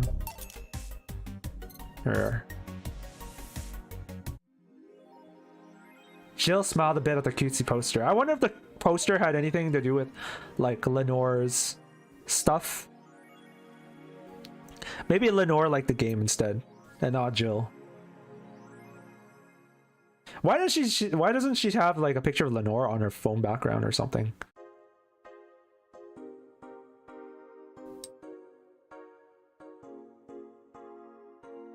Where are their students? Oh, there's some new news. Makise releasing EKDV 186 update. Is this the greatest thing to ever grace planet Earth? I literally can't stop huh? Such high quality release. But why is the camo blurry? I think it's a regulation for the civilian models. Something's off. I'd be all over this normally, but I can't seem to get excited over this. Your shit taste is showing. Nah, I just think I'm kind of I'm tired of the same thing over and over again. That's what happens when you consume way too much effing military equipment and weapons. Yeah, I think it's that. I better stop buying so many weapons already. I'll never find pleasure in them again. Any word on the camo stuff for the other civilian weaponry? They said that they were going to announce more stuff on a later date. I like porn, you guys. What? Are we talking about weapons or are we talking about like, what the heck is EKDV 186? I think it's a gun, right? This is weird. I don't understand the conversation. What is this? Did we read this yet? I think this is new. 66 American kid returns, challenges Giant Yusuke to a title match. Ever since Giant Yusuke won the GSF belt, he's had nothing but negative responses from fans. Challenger after challenger has tried to take the title away from the opposing Giant, but nearly all of them were injured in the process. 66 American Kid surprised the GSF world by returning to action almost 4 months earlier than expected, and then challenging Giant Yusuke to a title match on January 4th at the Super Silver Thunderdome.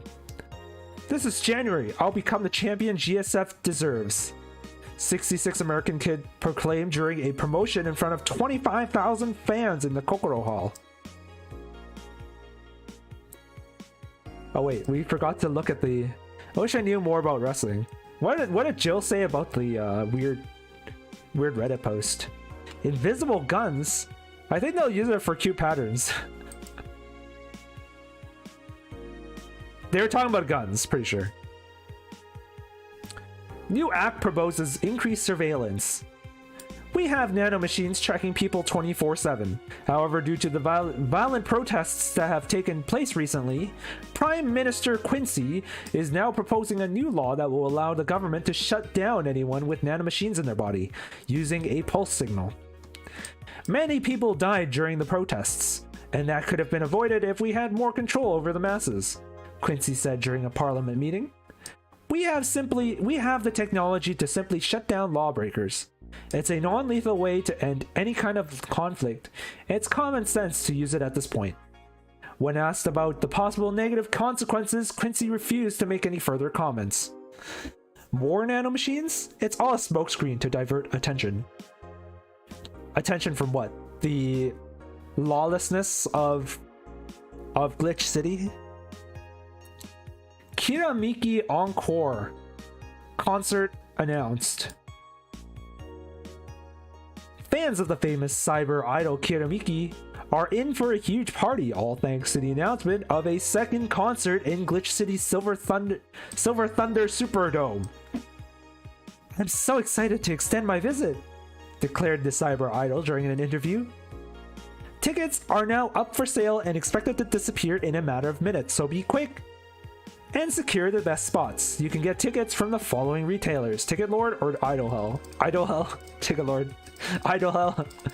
Too bad they're not actual click-willies. Good for her. I think Idol Hell is like the same. You know how they talk about VTuber Hell and like K-pop Idol Hell and like all that stuff? That's probably what it's referring to.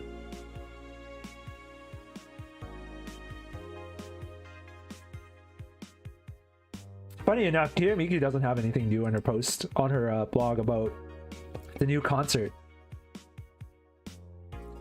Anyways, let's save. Day 10.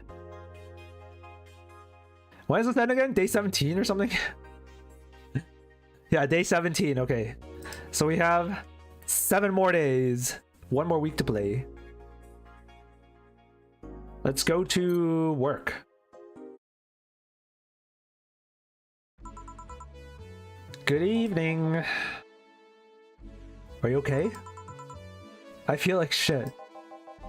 You sure you should have come then? You're in all the right to stay at home. I have to come. I threw away everything I had in my life to be here. People I loved were pushed aside just so I can enjoy my freedom of being here. My stupid freedom. So I will come here until I die, even after the bar closes, until my hair falls out. You're the one who looks like she's about to fall apart. Your eyes are red and swollen. Yeah, well, your hair is hairy. Yes, it is. Who was the dipshit that changed the order of the glasses? It was me. I was the one washing dishes yesterday, remember? Oh yeah, I was too busy staring at my crumbling life and all that. Why don't you go home, Jill? You're in no position to deal with people right now. Go home, rest a bit. My ex-girlfriend died and I wasn't there to see her one last time. All because of a fight I spent all these years regretting and wishing to, but never actually apologizing for. My decision to assert my freedom and grab a hold of my life led me to this. A bartender strapped for cash that distanced herself from her loved ones for no other reason than selfishness. So I won't effing leave. I threw all of that away to be here, so I will stay. This is what I wanted. This is why I left all of that behind. This is why... See, you're starting to sound like a broken record. Oh, leave her be. I'd rather have her here than alone in an apartment. How you feeling, Jill? I feel like a shit-eating piece of shit. I'm the lowest of any possible life form you might find. Nanobes look down to me in disgust, knowing they're far superior. What's nanobes? Oh, microbes! Nanobes! Nanometer microbes? Nanobes? Microbes? You're spirited. That's good. Where's the mutt? Working with Syrah. At Syrah. I know what I said. In any case, let Jill process her anger. It's perfectly normal to feel that way. And here she's surrounded by people that care about her. That's a lot better than leaving her to fend for herself. I mean, as smart as 4 might be, he's just still a cat. Then why not have Jill stay but not serve anyone today? What part of I won't leave didn't you understand? I didn't leave everyone behind just to sit and do nothing. Fine, fine. What do we do if she lashes out at the client? That's why you're here, Gillian Pliskin. Who? Hey, Jill. What? I'll be in my office, but if you need a break or a hug, just tell me. Alright. We're gonna go with some angry and sad music today. Let's get some angry and sad music. Let's delete all this. Angry and sad music.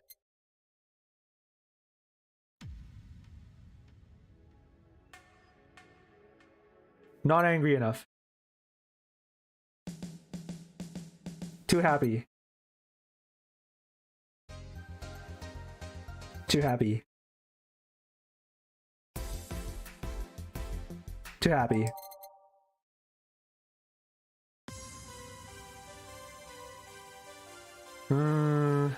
Not angry enough.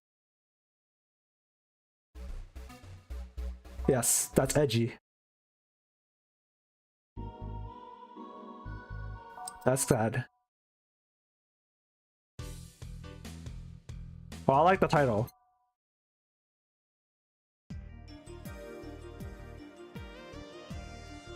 Yeah, that's sad.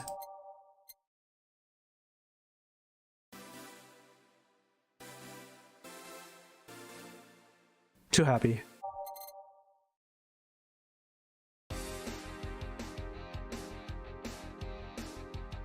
I guess it's kind of angry-ish. I'll choose it for now. I like the title. Ooh, that's appropriate title too. Ooh, I like this title too.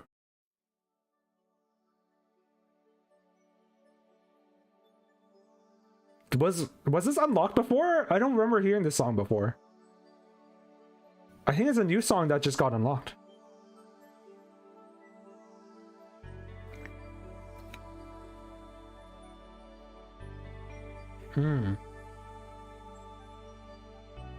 We'll grab this and we'll put it at the end, I think. We'll grab this and put it at the end. They won't let me anyways.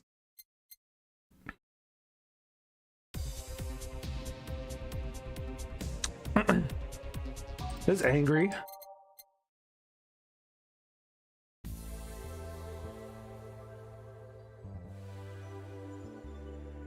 This is kind of melancholic, I think.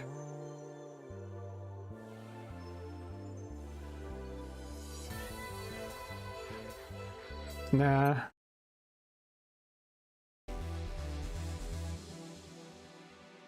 I wonder if there are any other new songs that like...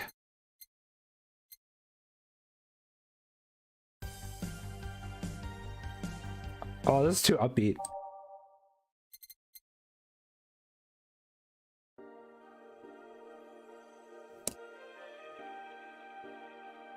Did we have this song before? It's kind of sad-ish. Reminiscence. It's kind of a sad song. Any other new songs?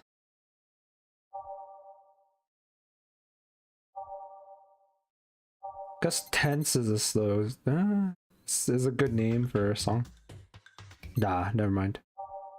Alternate reality?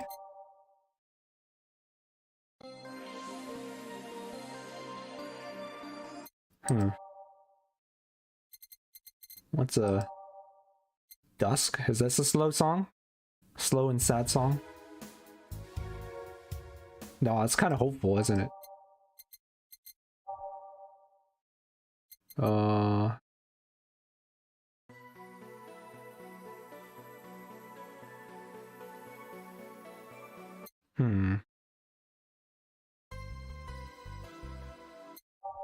Hope? There's no hope here. Getting drunk. Drunk dream.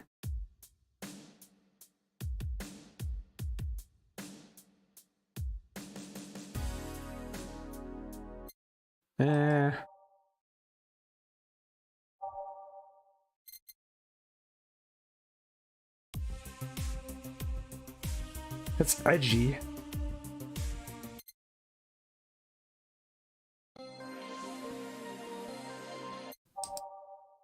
I'll go with the edgy song. And let's just go with that. What's Everything Will Be Okay? I feel like that was like... What did that sound like? I wanted to put it at the end for some reason.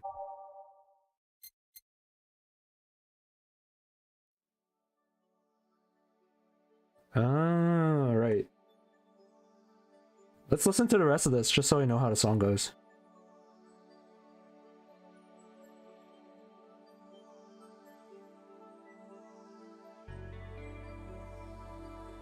Alright. It's kind of actually kind of hopeful. So we'll swap this with that. And yeah, let's go with it. Let's go with that. Oh, you already put on the music.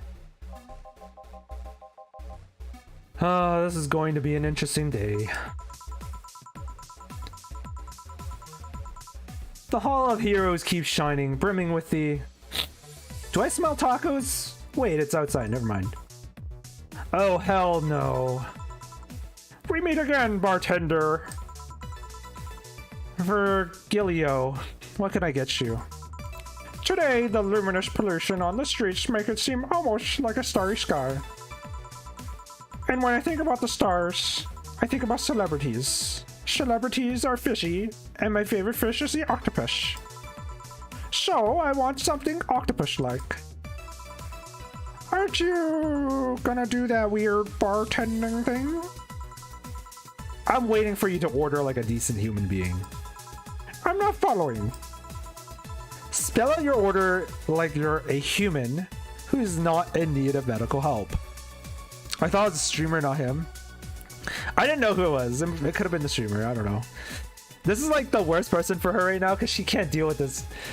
She can't deal with this guy's BS right now. Find him. I want a sparkle star. S-P-A-R-R star. Sparkle star from the mumble. He actually ordered for real this for once. Aged and mixed.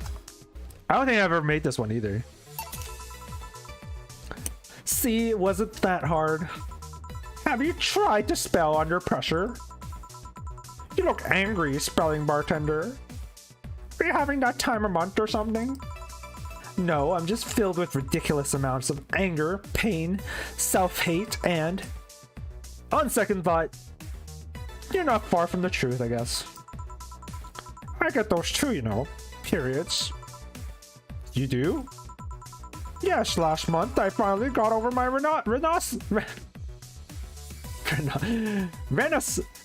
that's why! He's not even saying it right! It's Renaissance! Wait, Renaissance? Is that even how... Renaissance? Renaissance? What? How do you spell Renaissance? Is that how you spell Renaissance? It actually is. Man, I'm the dumb one here. This month I finally got over my Renaissance and moved on over to my Enlightenment. And here I was thinking you'd get to say something serious for once.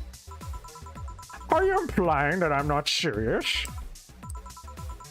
Glaring holes through me will do nothing. I'm glare immune. But if you allow me to give you a sincere piece of advice, whatever, it's not like I'll help. You shouldn't kick yourself so much. If you keep it up, any chance of finally forgiving yourself will someday be gone. Self-hate will leave you with a hole that will never heal. So please take measures against it instead of sulking so much.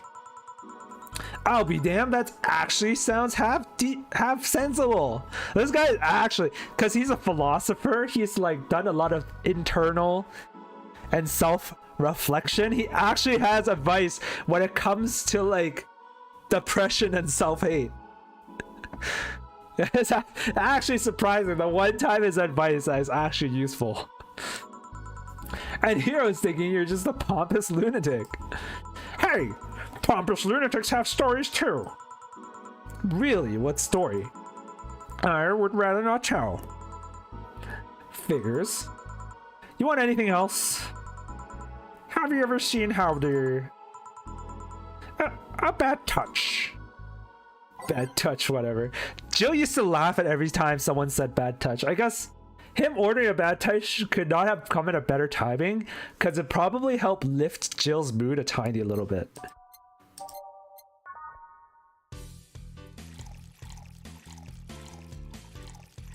Four karma trees on the rocks and mix. Here. Yeah, I guess this is the one.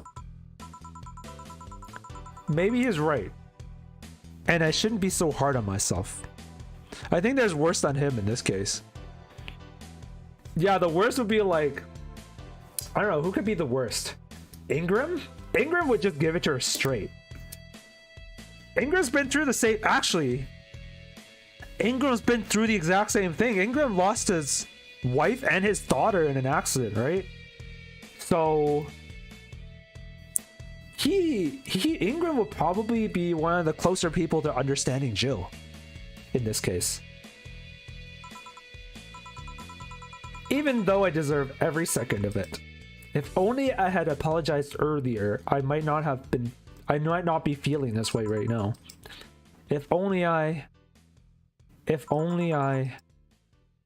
even remember what held me from apologizing all these years. Bartender, you're making a lot of faces there. Pride? Fear? What kept me from going out and apologizing to Lenore? I can't even effing remember what kept me from fixing this whole situation. Can I at least find solace in whatever feeling it was that brought me to this situation? Great, now I'm feeling even worse thanks to not being able to muster whatever feeling held me. Is she okay? No, but just leave her be for now. Hey, Jill! Oh, it's Say. Huh? Oh, thank God, a normal person. What? A mommy? No, I don't have kids. Still more normal than this twat. How are you feeling, Say? My bones are still broken, but at least the cuts are healing nicely. Thank God I'm not someone that scars easily. I mean, wounds don't leave me marks. It'd be a problem if I couldn't get scar tissue. What happened to you? Fell off 2.5 stories into some trash and rubble. You look better though. Last time you came, you looked like you were about to collapse emotionally. Haha, I guess. You're the one who looks like it now though. How'd I put it? It's like when I called you your full name, but magnified. Yeah, don't mind me too much. I'm in a bad mood. Anything I can do? Please forgive me if I suddenly lash out at you or anyone else. Do you want something? My tongue's not so sensitive today, so let's have a beer. And you?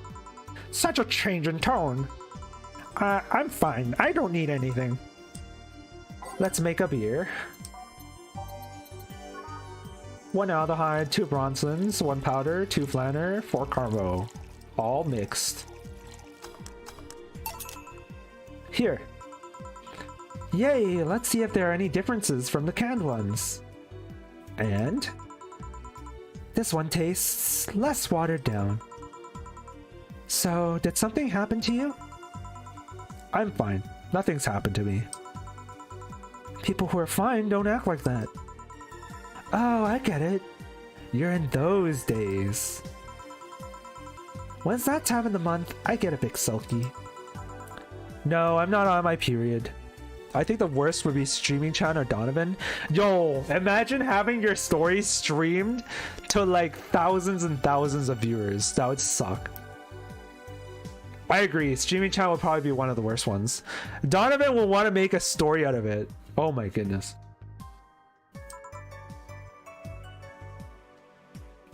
No. I'm dealing with the loss of someone, okay?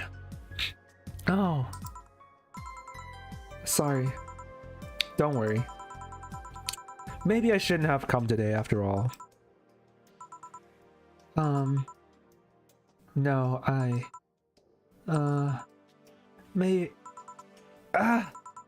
Are you alright? I'm trying to find something to say.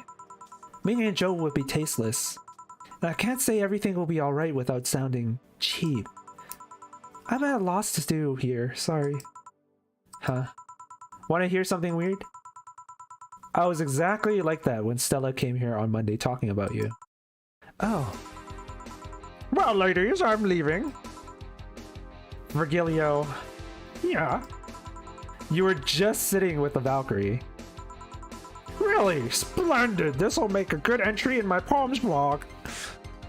Dorothy would be very, very considerate and caring and sweet. Yeah. I think Dorothy would help. Who else would help?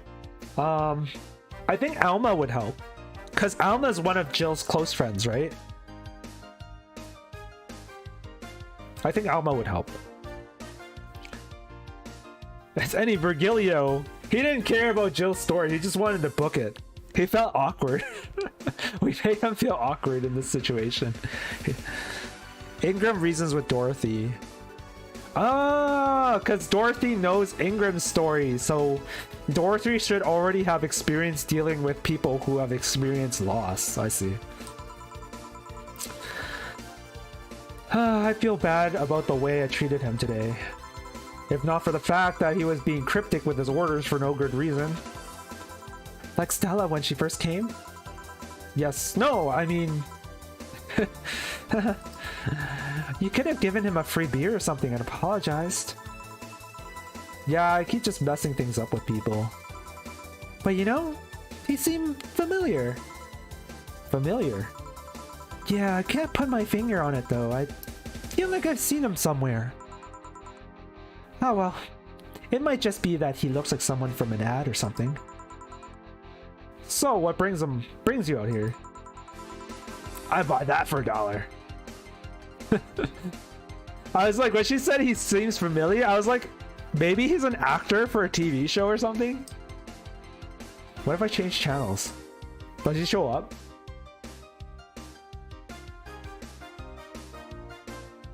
Cool.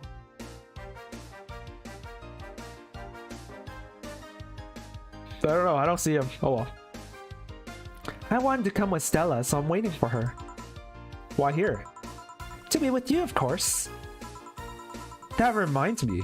How did Stella react when you arrived? Everyone's seen somewhere here. I know. Glitch City's supposed to be a huge city, but it seems like everyone just kind of knows each other. She slapped me real hard. It hurt. She said that's for making me worried and not listening to me. And then she became happy. Can I ask whose loss you're dealing with? You shouldn't be bothered with it. Just pretend I'm in a bad mood and call it a day. Oh, okay. You really want to know, huh? I can't help it! I don't like seeing people sad. I just need to know context, not details. Someone whom I said some mean thing to passed away before I could ever see her again. Does that work? Yeah, sorry. Knowing I can't do anything helps me calm down, but... I mean, it's not that it won't help, it's just... Calm down, I get it. I can't contain myself when I see people in need. But I've learned that there are times when you just can't do anything, and that's kind of fun. That's kind of fine. Thank good I learned that, otherwise I would have gone insane ages ago. You're a good person, Say. Nah, I'm just an annoying girl. Still, if there's anything I can do to help, let me know. I may have broken bones, but that doesn't mean I can't offer emotional support. You could always order another drink. Oh yeah, let's do that. Say is great, she is. Get me something cold, please. Alright. Let's get something with ice. How do I get icy drinks? Oh my god. Do I just go like this? Mixed, blended, on the rocks. A bloom light. Unnecessarily brown. Bland? No, let's not give her something bland. Aged, rocks. Bubbly, classy, burning. Let's not give her something this burning when she's like recovering from wounds. Blended, aged, blended, aged, blended. Rocks and blended. Sour, classy, and burning. Mercury blast. Did she like mercury blast or no? I can't remember. Rocks and blended. Moon blast. Sweet, girly, and happy. Let's give her this. This sounds good. Sweet, girly, and happy.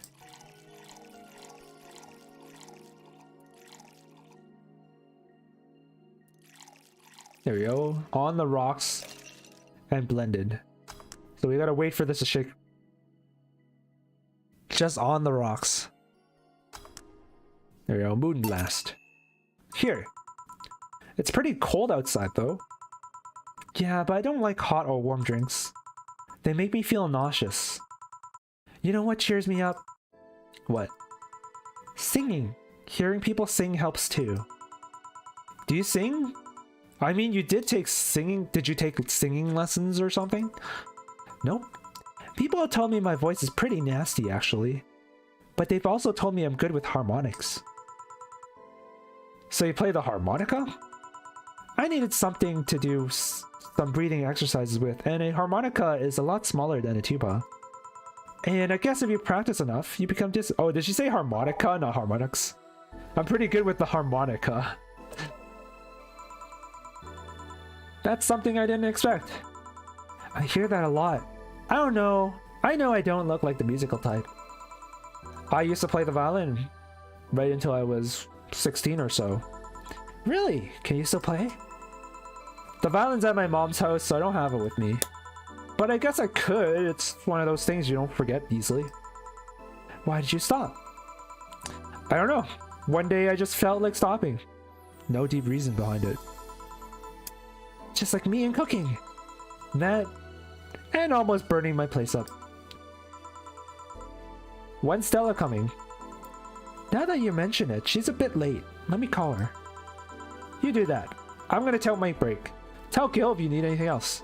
Sure.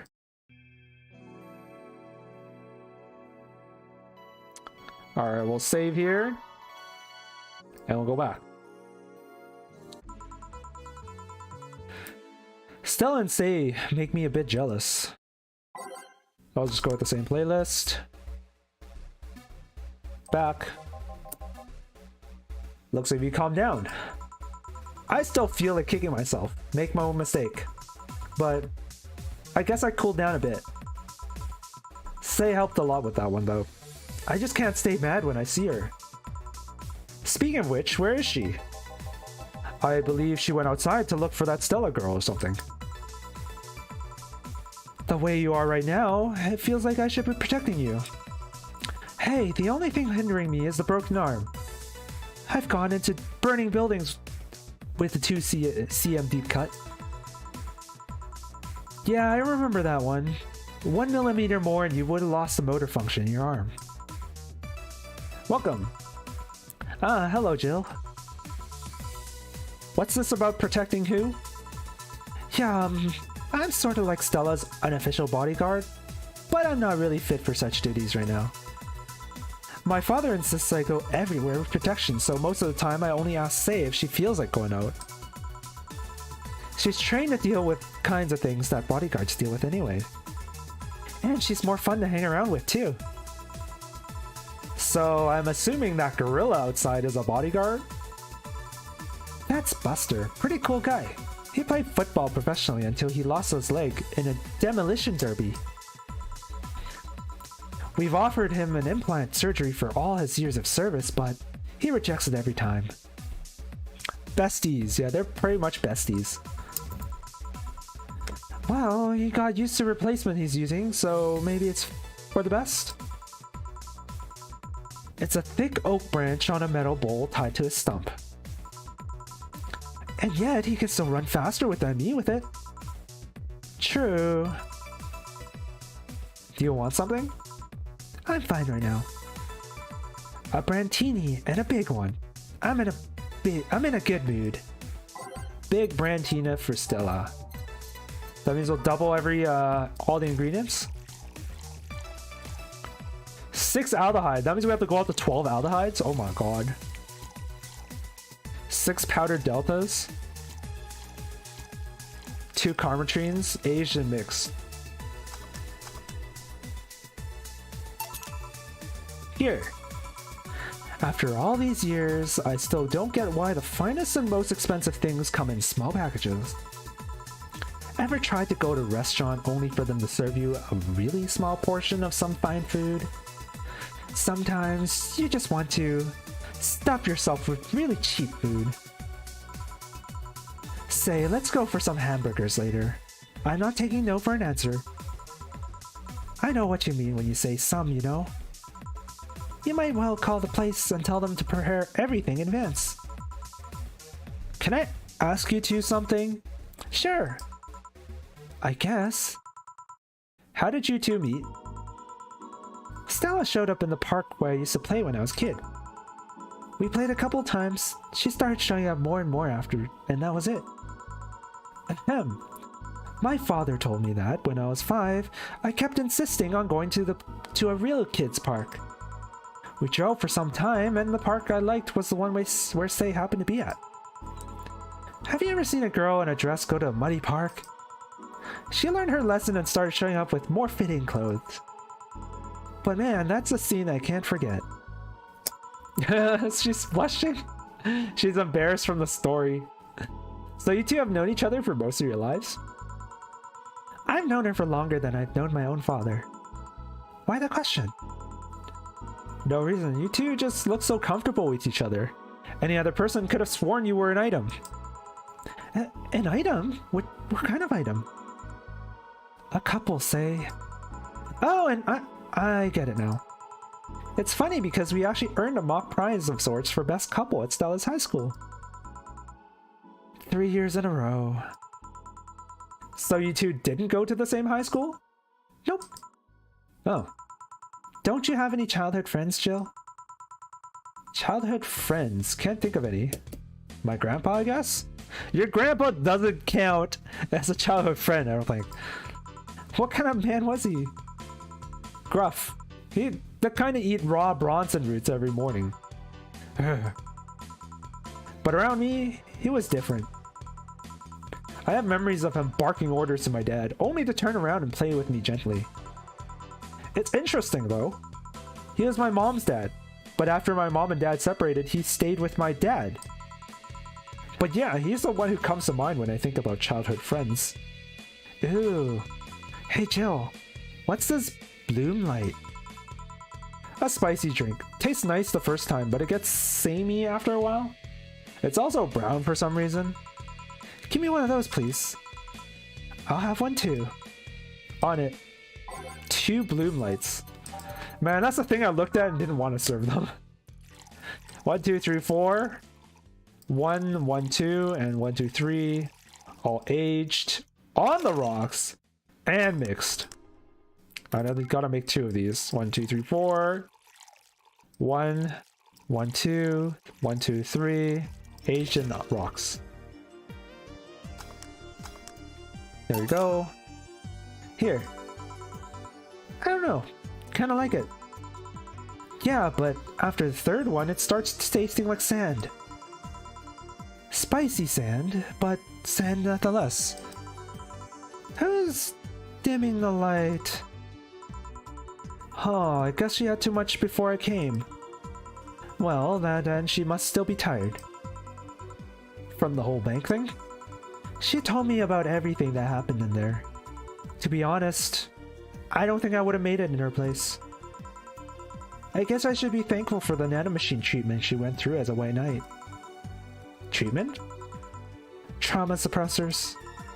Basically, it helps her with healing the healing process of PTSD. It's mandatory for every white knight, regardless of division. Oh. Still, healing can only do so much. For 3 days, that bank was hell, and poor Sei is still paying for it. The disbanding of white knights and subsequent persecution of those identified as former members. It's unfair, you know. Among all the people using the white knights to further their own goals, Sei was one of the few that actually believed in what they were supposed to do. It paid off, though. The doctor who treated her wounds was the same one she's always assisted with accidents and emergencies. He treated her at no cost whatsoever. Well, good karma and all that. How does sand taste spicy? I think they probably mean the texture of sand, but spicy as well. She's earned the god's favor, I think. But you know, all of that made me realize I might be a bad person. How? When I saw Sei wounded, asking for help, a part of me was happy. After all this time needing her, she finally needed me. I felt truly useful for her for the first time. How sad is that? Sometimes the best help one can provide is to stay alive. Who knows? Maybe it was the idea of coming back to you that helped her. And I guess you wouldn't be human without thoughts like those once in a while. Maybe. Can I get you anything else? I'm good. I should be leaving, actually. Come, Sei, let's get some hamburgers and go home. Yeah. We'll be leaving now. Thank you, please come again. Feeling better? No, I just don't reek of rage. But I still feel like a piece of shit. Little steps, I guess. Hello? Ah, Kim, welcome. Oh, it's this girl. It's the girl who passed out on the couch for a day. I was afraid I'd mix up the directions and end up at someone's house or something. What can I get you? I'll have a sunshine cloud, please. Sure. Wow, she really came at a random time. Sunshine cloud, 2 aldehydes, 2 bronzens, carmatrine on the rocks and blended. Who? Oh, I totally forgot who Kim was. Here. Thanks. So how's work on the web paper? Oh, I quit. What? Yep. I went to the office of that chauvinistic horseblower and told him I quit. Why'd you do that? I arrived early to my meeting and got some assignment. I spent hours doing it, only for other bitches to come and ruin it. After that, I didn't have time left so my supervisor scolded me. So I snapped and quit on a whim. Oh. Don't you have any second thoughts? Regrets? Anything? I guess you always have second thoughts. Even if you do what you want, you'll still think, what if? Even so, I was getting physically sick there. I dreaded the arrival of every morning. I even almost... What I'm saying is, I don't know what I'll do, but it's certainly better than being there. You know, I kind of draw... Kim's story comes at a very good time because she's talking about what if scenarios, but Kim's really happy about her decision to quit. She doesn't know where her life will take her, but she knows that she hated staying where she was, and she needed to move on. And perhaps that's what Jill had forgotten. Back when she was with Lenore, she didn't feel comfortable being there. And she just quit. She left. She left, and she shouldn't regret leaving. Because she feels so much better for leaving. Please work it. You forget that. Well, Kim's probably better than the dog at the very least, but the bar is closing soon, so there's no point in applying for a job here. She's just gonna have to look for another job afterwards. I feel free. Free. It's a wonderful feeling, you know. I feel like now I can find something I care about. I won't return to the augmented eye, but I could still pursue journalism with another outlet. I haven't felt like this in, well, never. What about your family? They weren't happy, that's for sure. My dad took it better, but my mom freaked out, to put it madly. What are you gonna do? All that. But I'm not here about that. Give me a big drink, please. What kind? I don't know, bubbly or something. Big and bubbly. I don't know, girly and bubbly? Is there girly and bubbly?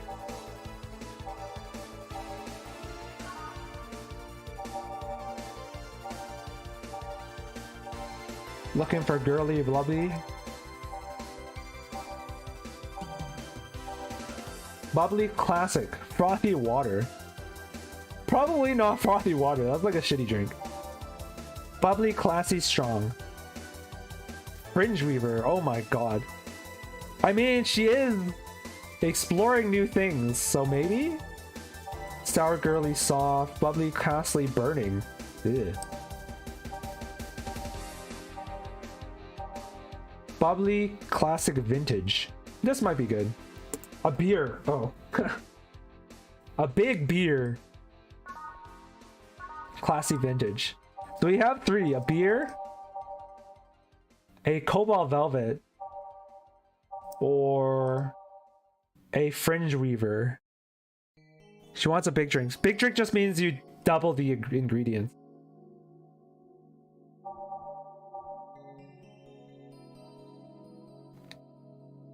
Maybe we'll celebrate with the champagne. Let's do that. Double the ingredients. 1, 2, 3, 4. 1, 2, 3, 4, 5, 6. And 10 karmatrines. Oh my goodness. That's ambitious. On the rocks and mixed.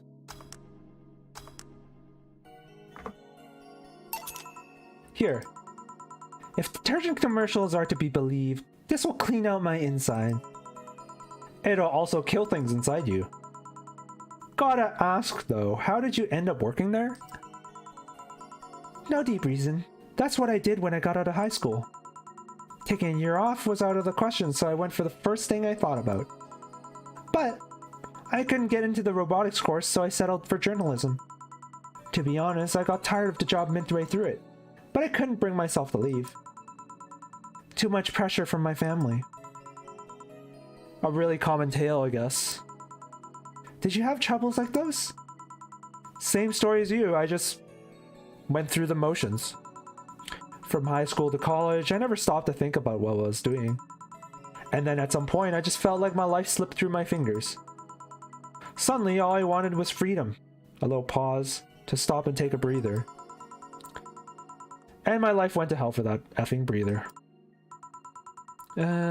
Give me a something. A something? Sorry, I just have a dry mouth. Anything will do. Alright, she asked for something, literally. I don't know, should I give her like one of these things?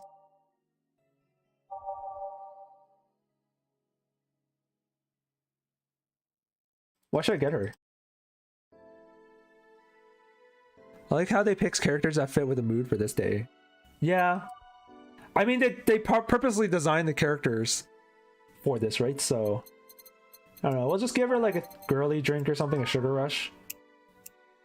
A sugar rush sounds. I mean, just to wet her mouth, right?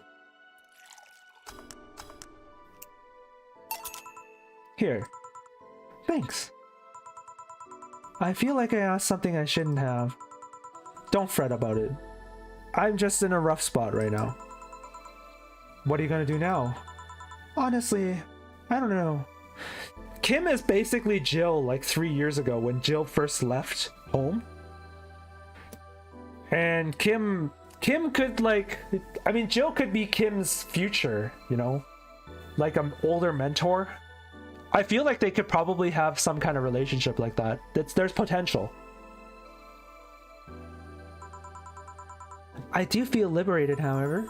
Like, I could do whatever I want, study whatever I like, work whatever I want. And for Jill, it's like looking back at her own past and remembering what's important to Jill.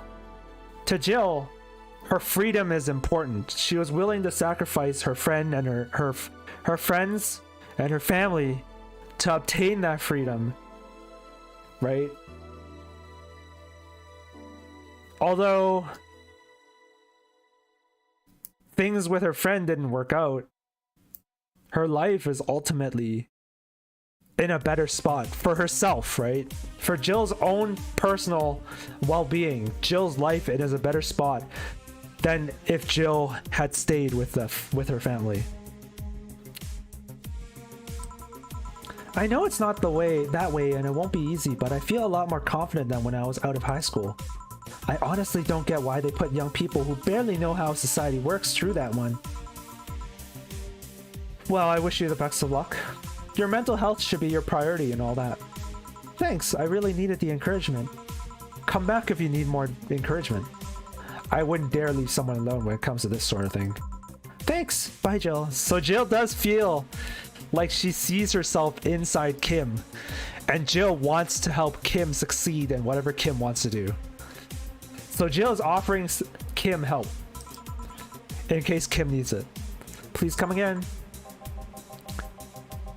You should take some of that advice for yourself.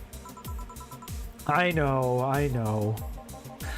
Let's call it a day for now. You need some rest. Yeah. Honey. Ah, Dorothy, sorry, we're just closing. I know, I came for you. For me? Why are you hugging me? I paid her to do that. All night long. Come again? But it's simply, Dorothy will go home with you and she won't leave your side. What do you hope to accomplish with that? Well, at first it was calm that rage you had earlier. It was either hugs or a cold bucket. I don't promise there'll be any water in it. You calm down a bit, but honestly, I know you better than to leave you alone for another night. At the very least, all the cuddling will give you an epiphany or something. That's some alien reasoning right there. It's not. You need hugs. Many. You need some humanoid contact right now. You had your alone time. Now we're playing by my rules. So is Dorothy done with Ingram, or she gotta go back? Dorothy only meets up with Ingram once a year. In November, I think, or like early December, something like that. She only meets up with Ingram once a year. On the anniversary of his family's death.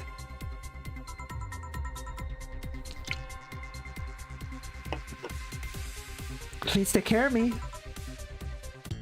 I guess we're taking Dorothy home. Total earnings 27,250. Drinks total of 1440. 0 mistakes, 30% commission. Today's payments 432, which is barely anything. That was enough to cover the poster I bought.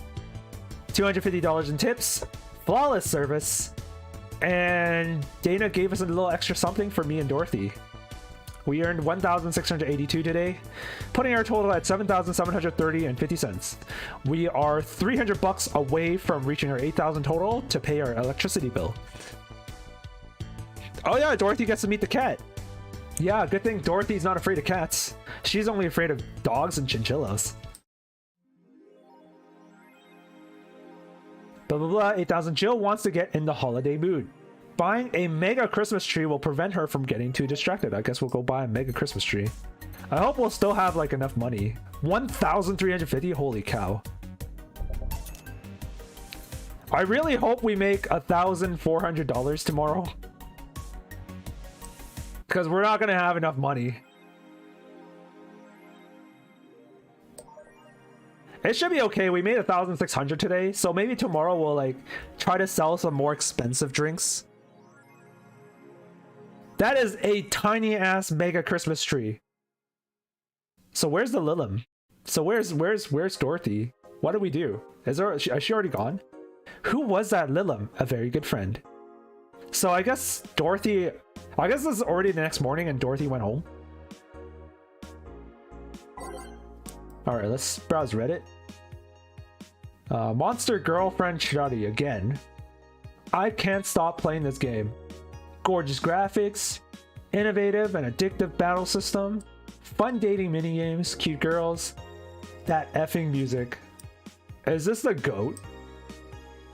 I don't know. Do you like the GOAT girl? I'm gonna marry the GOAT. It's an alright game, 8 out of 10 at most. Shit game. No, it's a shitty game for idiot waifu bots like you. I wish this waifu equal bad game meme would die. It's a stupid game pandering to idiots. What's there to discuss? Are we being rated by normies? My normies F off? Fun things are fun. You're not allowed to have fun with video games. So there's this game called Monster Girlfriend. It's actually a real game if you Google it. And you get to collect animal girlfriends. Yeah.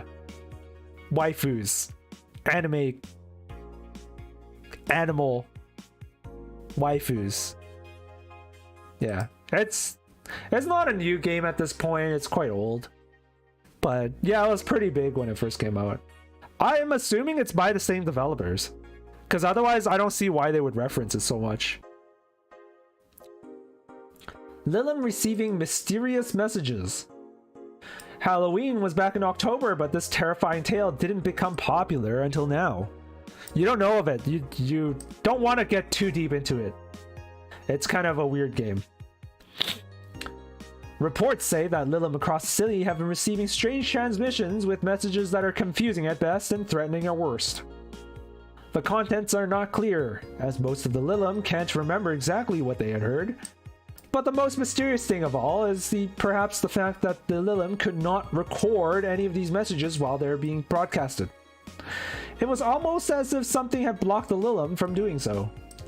While we have nothing but anecdotal proof, even among our own Lilim, the mystery behind these messages is one we should be paying attention to. Spooky or bluff. Wait, what did they say about the Monster Girlfriend game? Sounds fun. It's made for nerds. Yeah, it's made for nerds. For sure. Weird as in a, it's a R-rated game. Let's say that. It's not for children. It's a visual novel not for children.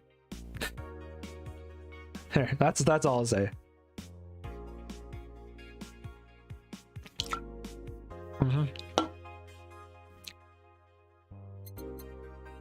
All right, let's go to the next workday. I hope I make enough money.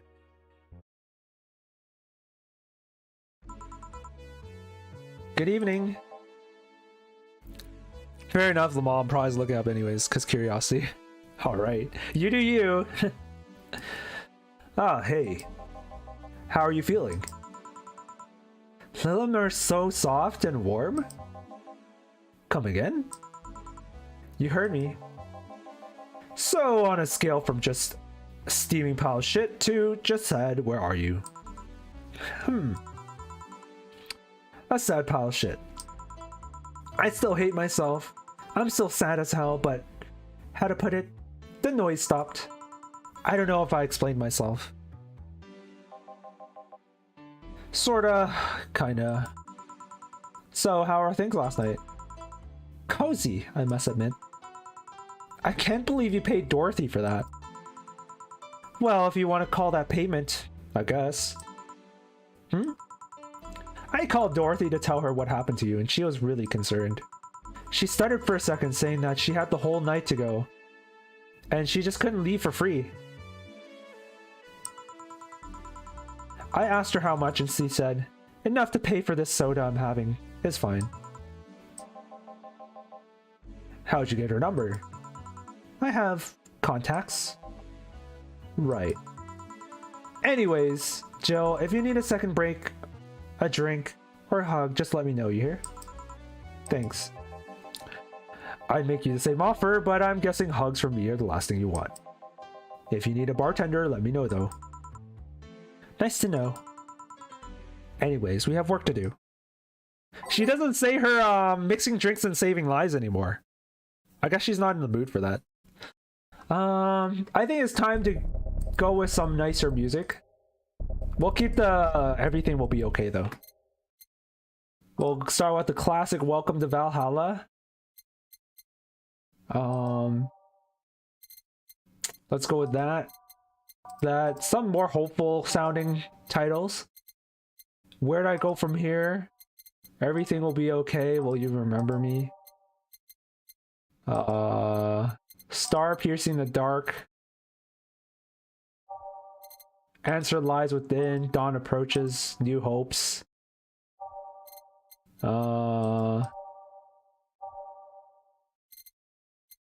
Let's see.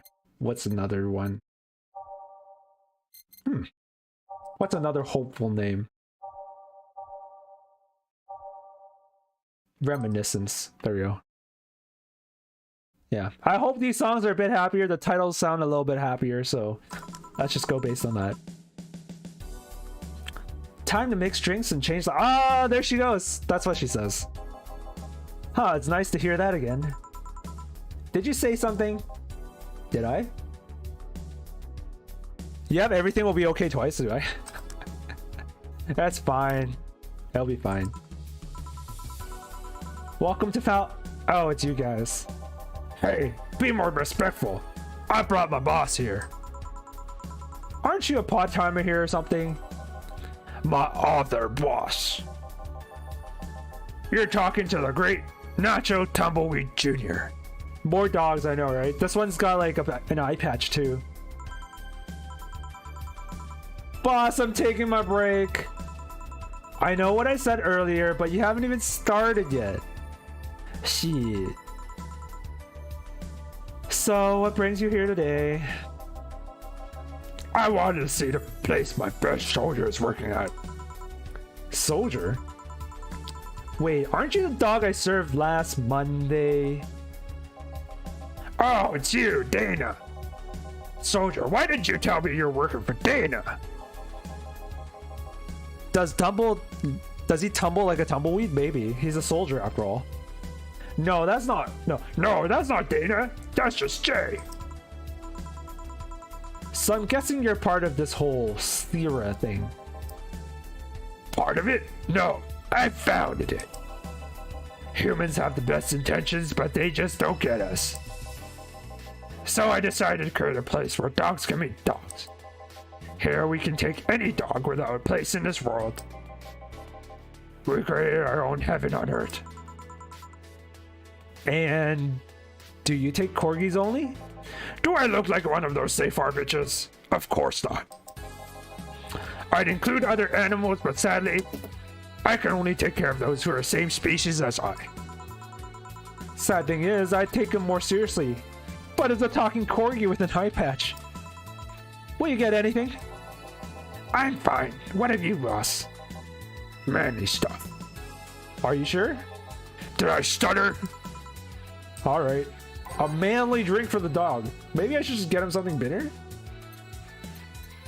So something bitter and manly? A gut punch? Suplex? Manly, bitter, and strong. I think this suits him well. We also— oh no, wait. Let's sell him something more expensive. Pile driver is 160. Suplex is 160. Grizzly Temple is 220. Bitter promo. Oh, that's not manly though. Okay, I guess we'll get like a suplex or something. Anything more expensive. 4 Bronsons, 3 Flanners, and 3 Carmos. On the rocks and mixed. Here. Yes, this is just what I wanted. Blech. This tastes worse than my own butt. Hey, you asked for it. This is a really nice place, you know.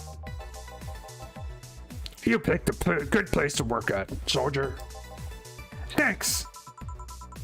Does he really get paid? Your efforts to keep Sierra afloat will not go to waste. We'll make her better and better. I mean, we're pretty much on the verge of closing. Can boss really afford that? We have more urgent matters at hand, though, like the fact we don't have enough balls for everyone. Can't they just share with ones we have? You're a fool. Every dog has the right to have his own ball. Even if we can't provide even that, what's the point of even trying? Wait, don't tell me she just doesn't give an F about spending all of her money like water. I mean, what with the bar closing and all that? But many guys have enjoyed the boxes more than they do the balls. That's a good point. What do you think is cheaper? A box of balls or a box of boxes? Are there boxes of boxes? Of course there are. How do you think they ship boxes? Tied together? Tied together, don't be silly. Unless she's paying him straight from her pocket, boss is that kind of woman. So Nacho is a she? No, I think she's Jill is talking about Dana paying Red Shiba so that Red Shiba can fund the Sierra. I think Tumbleweed is Nacho Tumbleweed is a boy. This world is filled with all sort of recursive madness, you know. Doctors consult doctors, boxes come in boxes, bottles come in bottles. Ooh, as expected from you, boss. Wait, that theory only works assuming she's actually paying him with money. For all I know, she might be paying him with steak. So tomorrow, you're gonna check people selling boxes. You hear? Sure, yes, sure. Except that to boss, a good steak is more valuable than money. Wait, what if they come with foil? Rooster's toast has to be taken to the vet because he ate foil. A piece of cheese came in. Curses, you're right. We need a contingency plan. Besides, boss is not one to scam people, let alone a dog. I wonder if we can strike a deal with the vet those Safar bastards have. She's always so nice with us.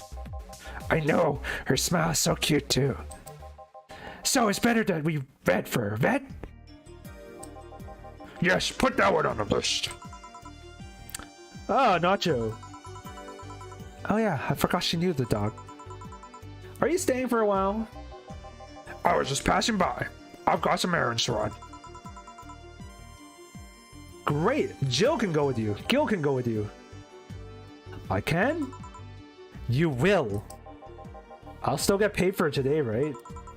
That depends on Nacho's evaluation. Alright, Greenhorn, let's get going. Oh, I'm paying him anyways, by the way. Just wanted to mess around with him.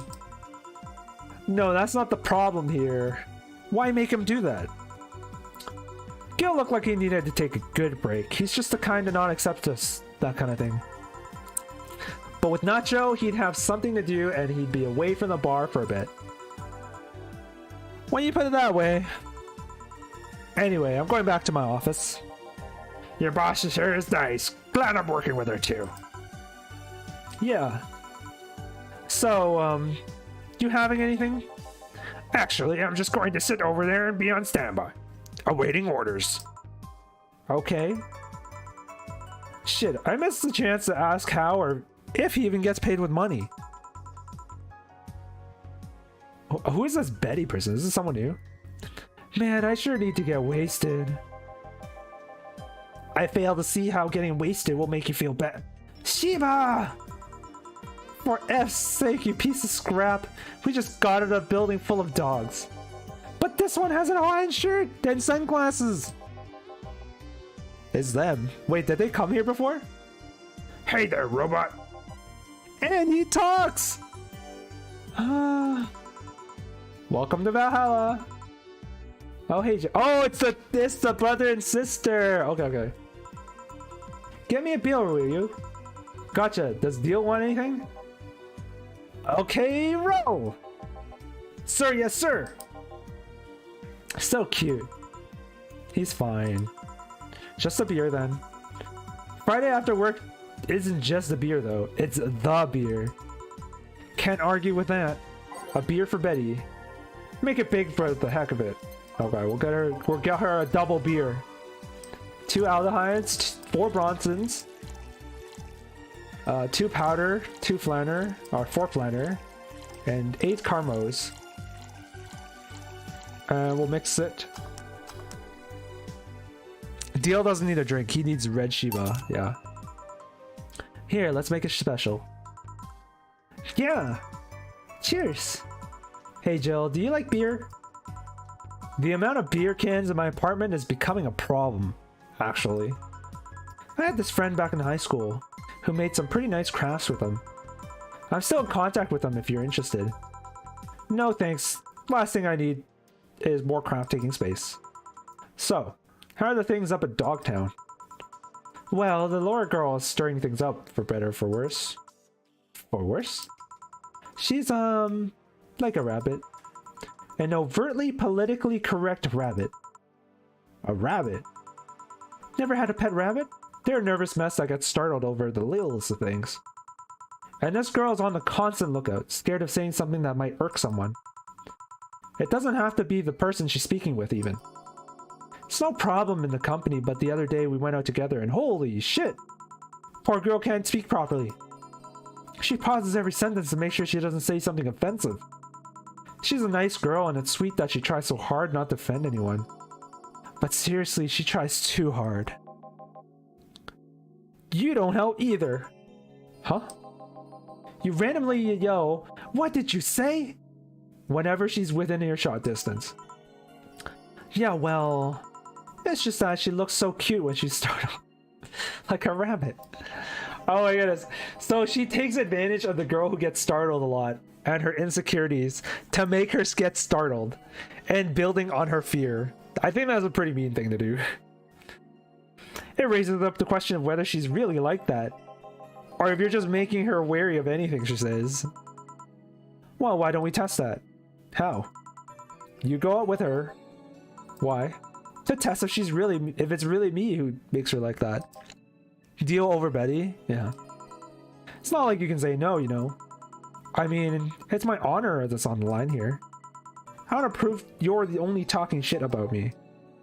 Even if you're right, you have quite the fixation on that girl. She's fun. Fun how? She actually reacts when I tease her. You take it in stride, but she actually gets startled, squirms, and then gets uncomfortable. How's that any good? She's cute and her reactions are cute. But if you keep it up, she'll either leave or get used to you. You know, like me. Shit, you're right. I must save my teasing for when the moment is just right then. No, that's not the problem. It is for me. And what are you doing here? What about the dog? He said he had to go out. By the way, he said his name was... Say, this Laura girl. Do you guys get along? I wouldn't know. We get along as coworkers at the very least. The bully, apparently, I guess. Yeah, I guess, well, I don't know. I guess, what's this girl's name again? Betty? She really likes teasing people, I guess. What kind of girl is she? Aside from the whole politically correct rabbit thing. Slow. She's the kind that does things so carefully that she does them really, really slow. Like really, really slow. I can't deny that when she actually finishes stuff, she does a great job, but it's unnerving. She doesn't actually have to be with us in the building though. She's more like a freelancer. Slower than a snail? I don't know. Maybe. Why is she there then? Because she likes dogs. And that's why I insist that you two take a fine couple. That's a really superficial statement. It's like saying you'd be fine with someone because you're both women. Okay, bad example. May I say something? By all means. If that Laura girl is really as bland as you claim her to be, wouldn't she be better off with more assertive person, like a little a more assertive partner? You piece of scrap. She's totally calling you a pussy. She's right though. Sharing interests and being compatible are totally different things. But then you'll be underestimating the power of love. Whether you want to admit it or not, love changes people for the better or worse. Who knows, maybe you'll become more assertive after spending time with her. Or she'll drive me nuts. I guess that's a possibility too. Still, why are you so insistent on me and her getting together? Because she's like a cute rabbit. So someone might as well try to eat her out there. That's a weird thing to say. It'd be a lot easier to keep her in my sight. So if she's dating your brother, that's easier to meet up with her more often outside of work so that you can continue to harass her. So in short, your motherly instincts arose because of Laura. Why not see if she likes you? And you already tried to hit on her, didn't you? You make me sound like some kind of skirt chaser. She's not into girls. How'd you find out? I asked her directly. Of course you did. She seemed, giddy afterwards, though. I heard her muttering something about meeting her first lesbian. It was weird. Okay, enough Laura for a night. Refrain from using any "that's what you said last night" jokes, or variations thereof, please.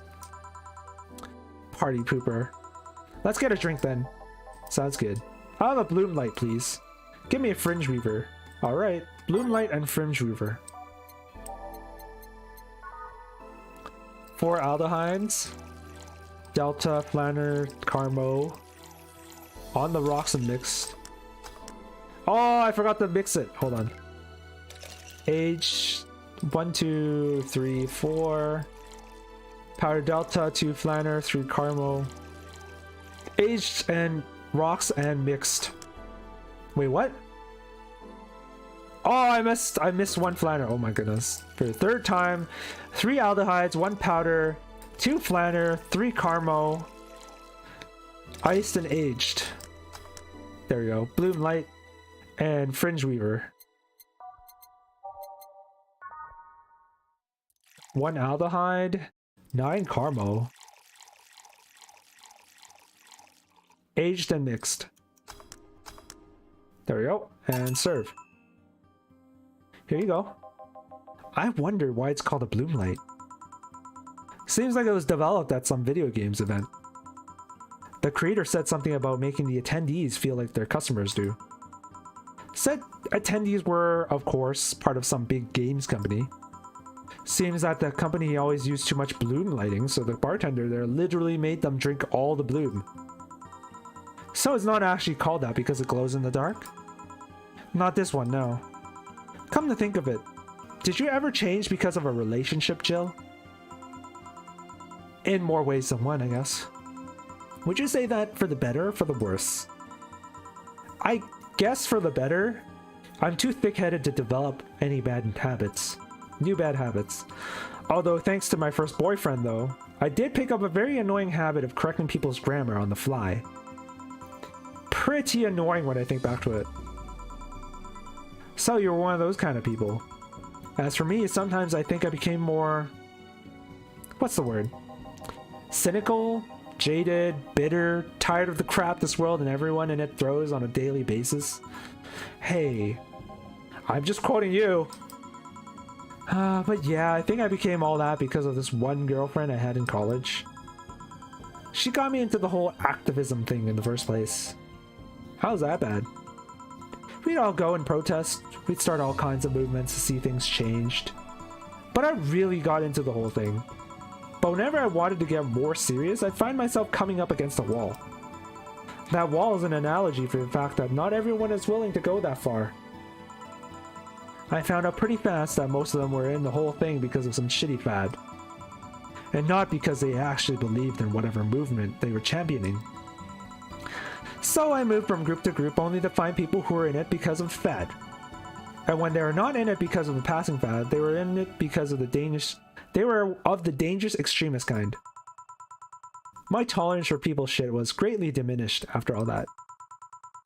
So it wasn't so much the person you had a relationship, but rather the other people. Huh. You seriously never thought about it that way? You need to stop putting the blame for what you do on past relationships. Whatever. Where's the other guy, by the way? He had to escort one of the dogs outside.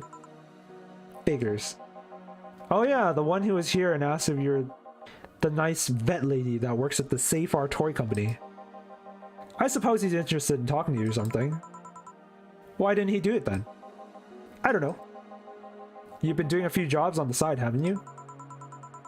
The pay from the dogs isn't enough to keep up with the mounting debts. I don't know how you do it. It's hard to believe dogs pay you at all. But this is coming from someone working at a place that pays a dog for doing F all. Or at least I think we're paying him. I'm not completely certain we do. Will you get anything else? Well, we're fine. But we have to get up early tomorrow. And by we, I really mean her. She got invited to a picnic and I won't stand to hear another had to go to a picnic with a hangover story. Fine. Let's go then. See ya, Jill. Bye. Please come again.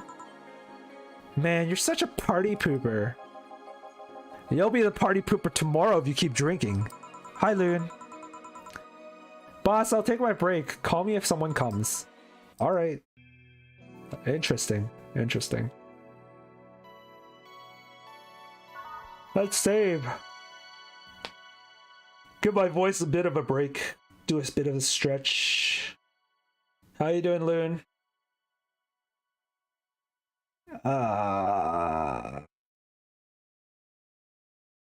How's it going? My shoulders are kind of sore from fixing the pipes yesterday.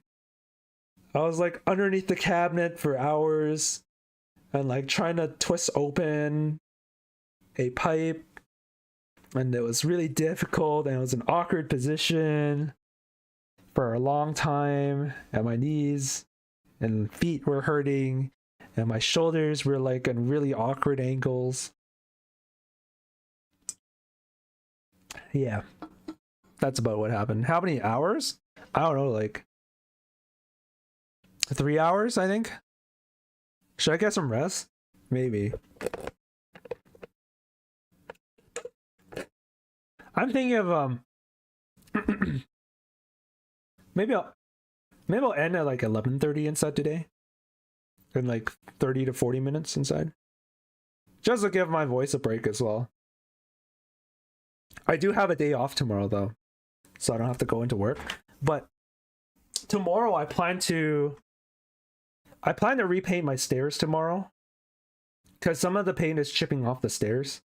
I want to give it a fresh coat of paint.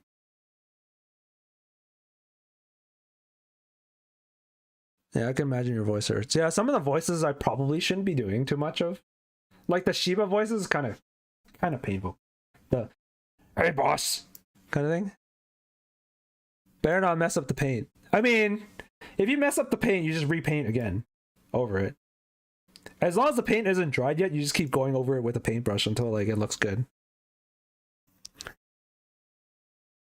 And I don't know if one coat will do it. I might have to do a couple coats.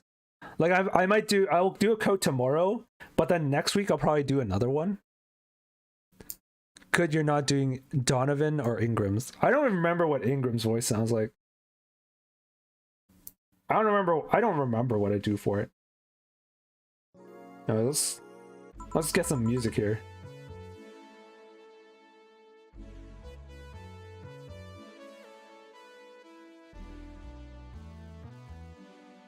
Whew.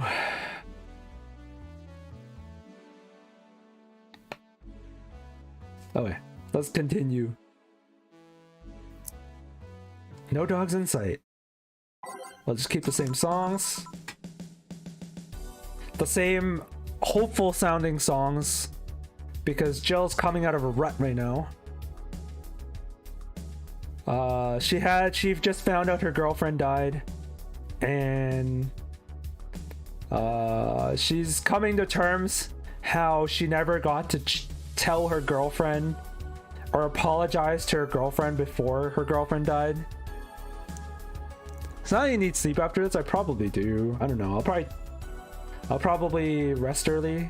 Because yesterday's pipe situation was very tiring as well.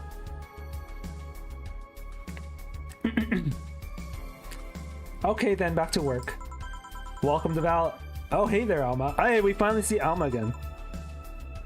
Why does she look like that? She's kind of sad. Did she break up again?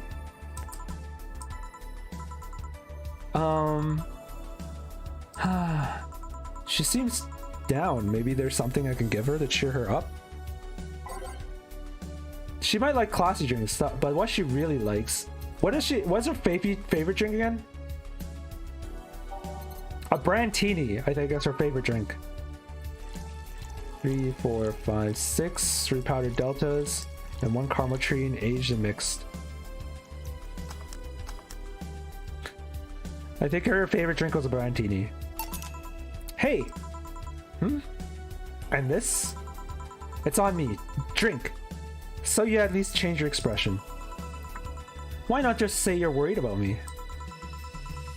You got the message anyway, didn't you? So, how is it? A Brandtini! So you do pay attention to what I asked for. You have quite the fixation with Brandtinis. To be honest, they suit you. Hey, wanna hear a silly story? Always. When I turned 21, my dad and I went to a bar to celebrate, just him and I. He told me to dress well enough that he looked like my sugar daddy. Why? It was a fun night. We pretended at times that we were dating. I managed to blow off some steam about my mom. But the highlight was him ordering a Brandtini for me. I've had plenty of drinks and gotten wasted so many times before I was 15. But that drink was different. Don't drink for underage people. I do not condone underage drinking. It wasn't about getting drunk. The drink itself was the pleasure. That's a strange thing, but interesting. He too said they suited me somehow. Oh? Ever since that day, he's called me Brandtini girl from time to time. Your dad sounds like a cool guy. Let me guess. Did Alma's dad pass away? I don't know, even with supervision, your dad could get in trouble for like... No. She was 21 when he gave her alcohol. She didn't specify who gave her alcohol when she was 15. So we don't know if it's actually the dad or if she just like snuck it. Your dad sounds like a cool guy. You should meet him sometime. Okay, so he's not dead. If Alma's saying you should meet him, then he's not dead. So why are you deflating? Deflating? When I got sad and started sighing repeatedly, my grandpa would warn me that I would start deflating like an old tire if I kept it up. So what is it? Was it the news about people dressing up in bunny suits after the whole Alice Rabbit boom? Nah, that's old news. I mean, it is a problem, but such a thing would only annoy me. Say, Jill, how's your mood right now? I want to ruin it by blowing off all my stored steam.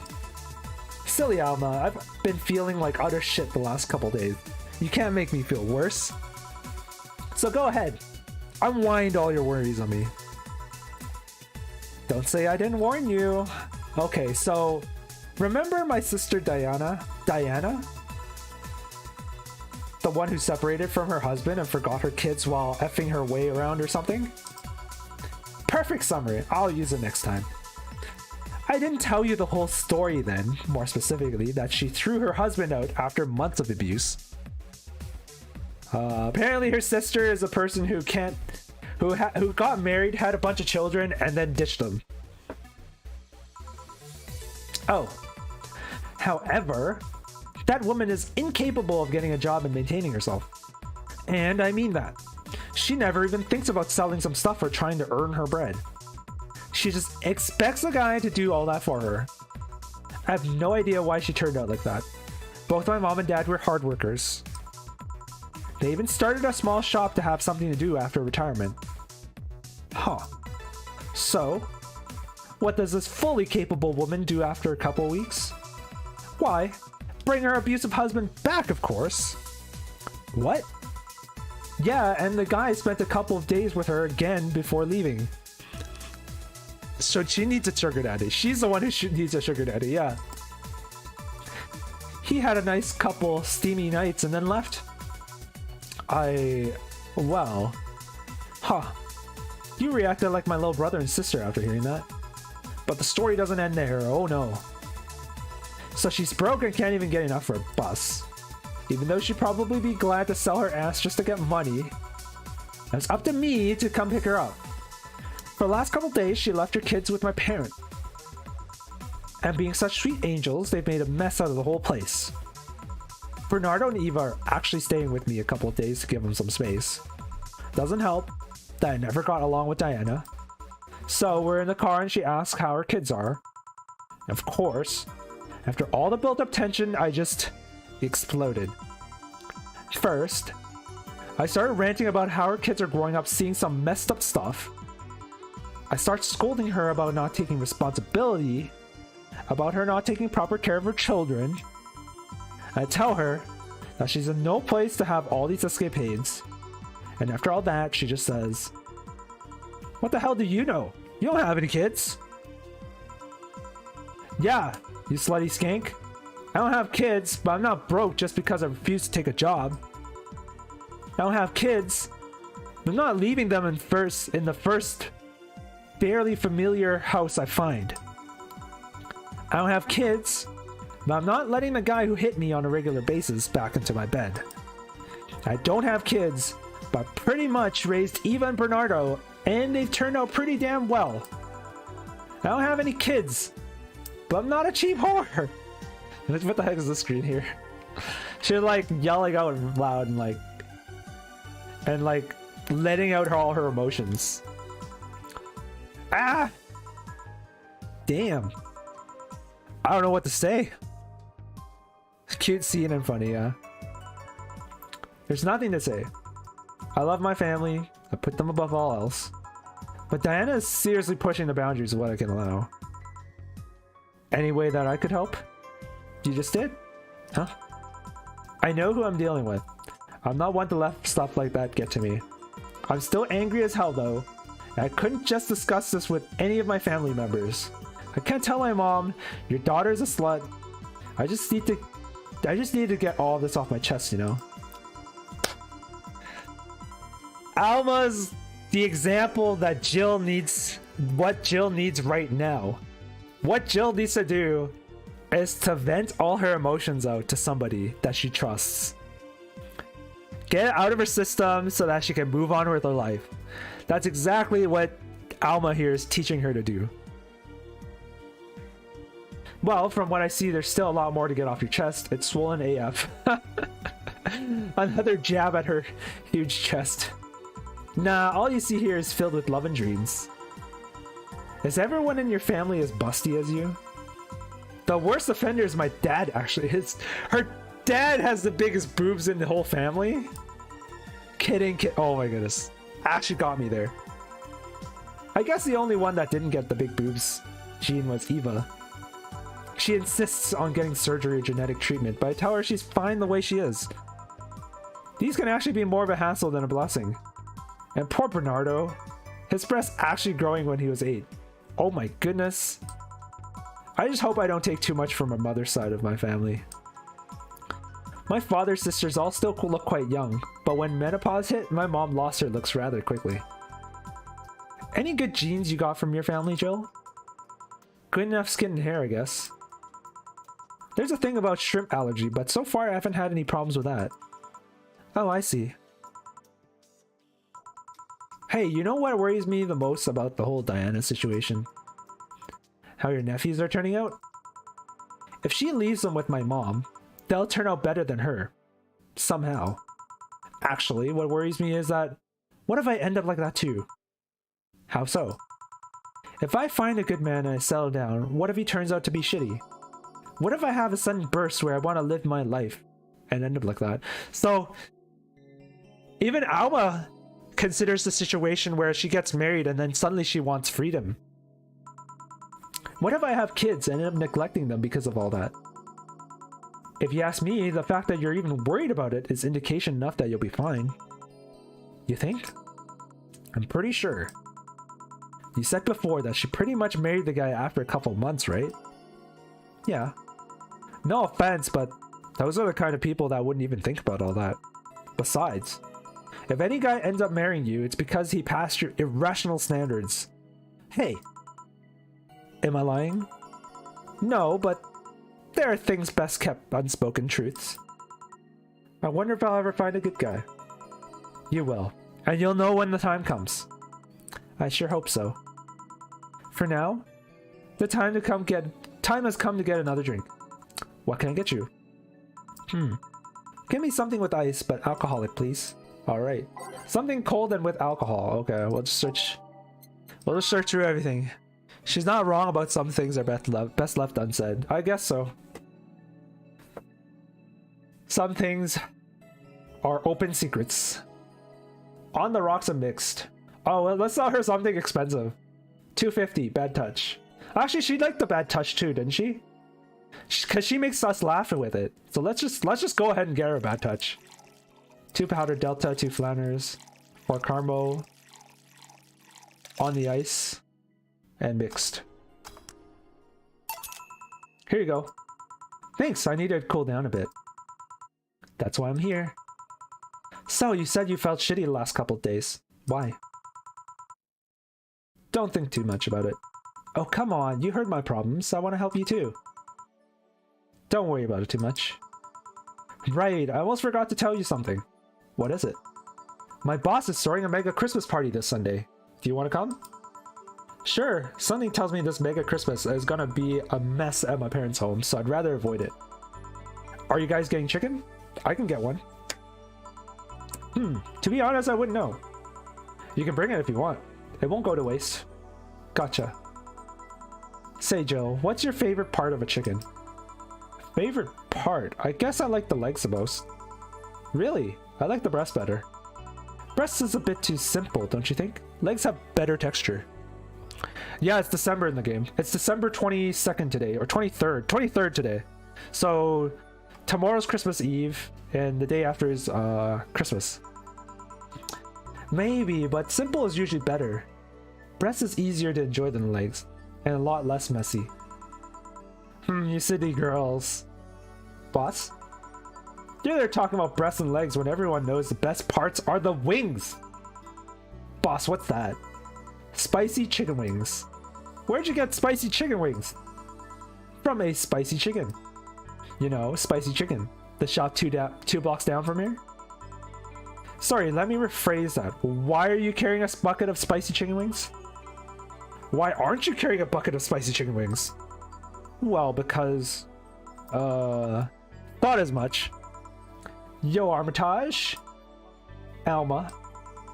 I know what I said. Will the chicken you're talking about be cooked already? You might need to heat it up. But it'd be cooked otherwise. Great. I expect you to be there Sunday at 8 PM. Thanks. Anyways, I'll be back at my office. She left the bucket. Want some? Don't mind if I do. Oh, mild spice. Nice. Maybe.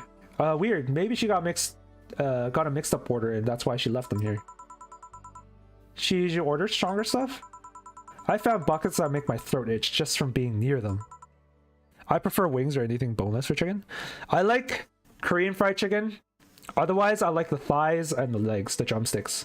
Wings are okay, but I feel like they provide little, like, less meat for, like, the relative surface. But I guess I really like the skin around the wings, I suppose. I don't mind either way. It's fine. Any part of the chicken is fine. Huh. Say, Joe, what kind of guys do you like? That's a sudden question. I'm not too picky with guys, to be honest. I want them to be decent enough. Not jealous, not aggressive, responsible enough to keep a job. That's no good. Do you like them buff? What about tall? No tattoos or piercings, I guess. Never liked either. Other parts are kind of large, so smaller stuff is fine. I like the larger parts of the chicken, I suppose. I like the meat part of the chicken. Less bones and more meat. What about you? I like them well dressed. If they go out in iron shirts and well coordinated clothes, they're sure to catch my eye. Some muscle is always fine too, but sharply dressed males catch my attention faster. And yet you're still single. That's how I like my men. My potential husband, on the other hand, is another matter completely. I see. So, can you get me a drink here? The Spicy's wings turned out to be spicy. What do I get you? Anything, as long as it helps me with the spiciness in my mouth. Okay. Let's get her something to help with the spiciness of the drink, of the wings. So I guess we'll get her a sweet drink. Well, we probably shouldn't give her another spicy drink, huh? We'll get her something spicy. Not something sweet, sorry. As sweet, light, and fruity, as girly as it get. What else do we have? They used to actually sparkle, sweet, girly, happy. Sweet, girly, soft. Sweet, girly, happy.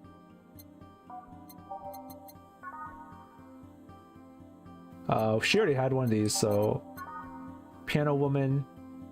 Blah, blah, blah. Sweet promo, happy. Well, I'll just get her a sugar rush, I guess. Or maybe sparkle star? What was the soft one again? The sugar rush? Sweet, girly, happy. Blue fairy, sweet, girly, soft. Okay, we'll get a blue fairy then. 4 aldehydes, 1 planner guide, and an optional carmetrine, aged and mixed. Here. Phew, it helped. Thanks. Alright, so next question. What kind of girl do you like? You first. Sorry, I don't swing that way. Sure, I have no qualms about saying a girl is cute or cool, but... Nope, I prefer men. Now you. Shit, just calm down. I guess I like girls with light-colored hair? Light-colored hair? Yeah, you know, like redheads and such. What about white, like your boss? You were just setting me up for that comment, weren't you? Sorry, it's just that when she got here with a bucket of wings, your eyes pretty much started sparkling. Your whole behavior transformed. You became giddy and cheerful all of a sudden. Hey, I can't blame you. She's pretty nice. I just felt like teasing you. So, light-colored hair. What about blondes? Do you like me? Yeah, I guess. Let's say I'm into girls too, and I start hitting on you. Would you go along with it? Nice body, pretty face, good apartment? Would never let you go. Huh. Okay then, enough tangents. Why don't you tell me why you're feeling shitty these last days? What? Oh, that. I told you not to think too much about it. And I told you I want to know. Come on, Jill, you've heard my problems so many times. Now I want to help you. Come on, come here.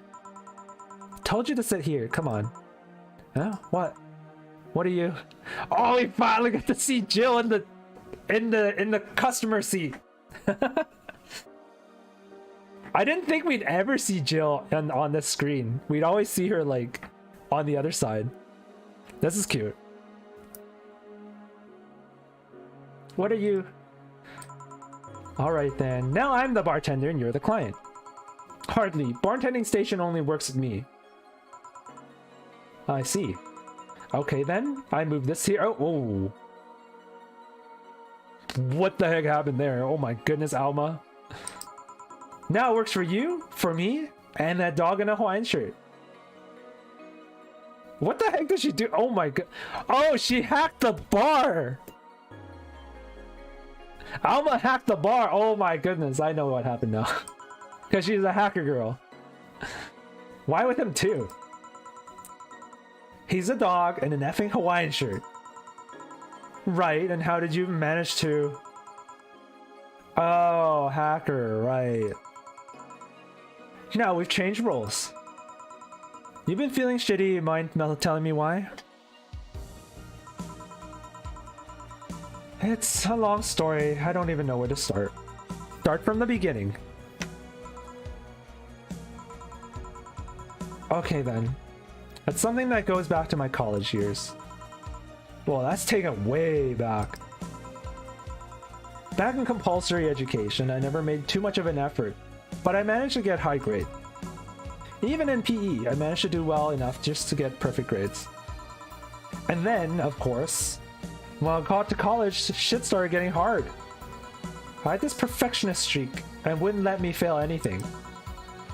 Burning my eyelashes studying, I eventually managed to keep up good grades. After about half of the career, I met a student teacher. Her name was Lenore. She helped me a lot with my studies. She even got me into stuff that gave me more credits.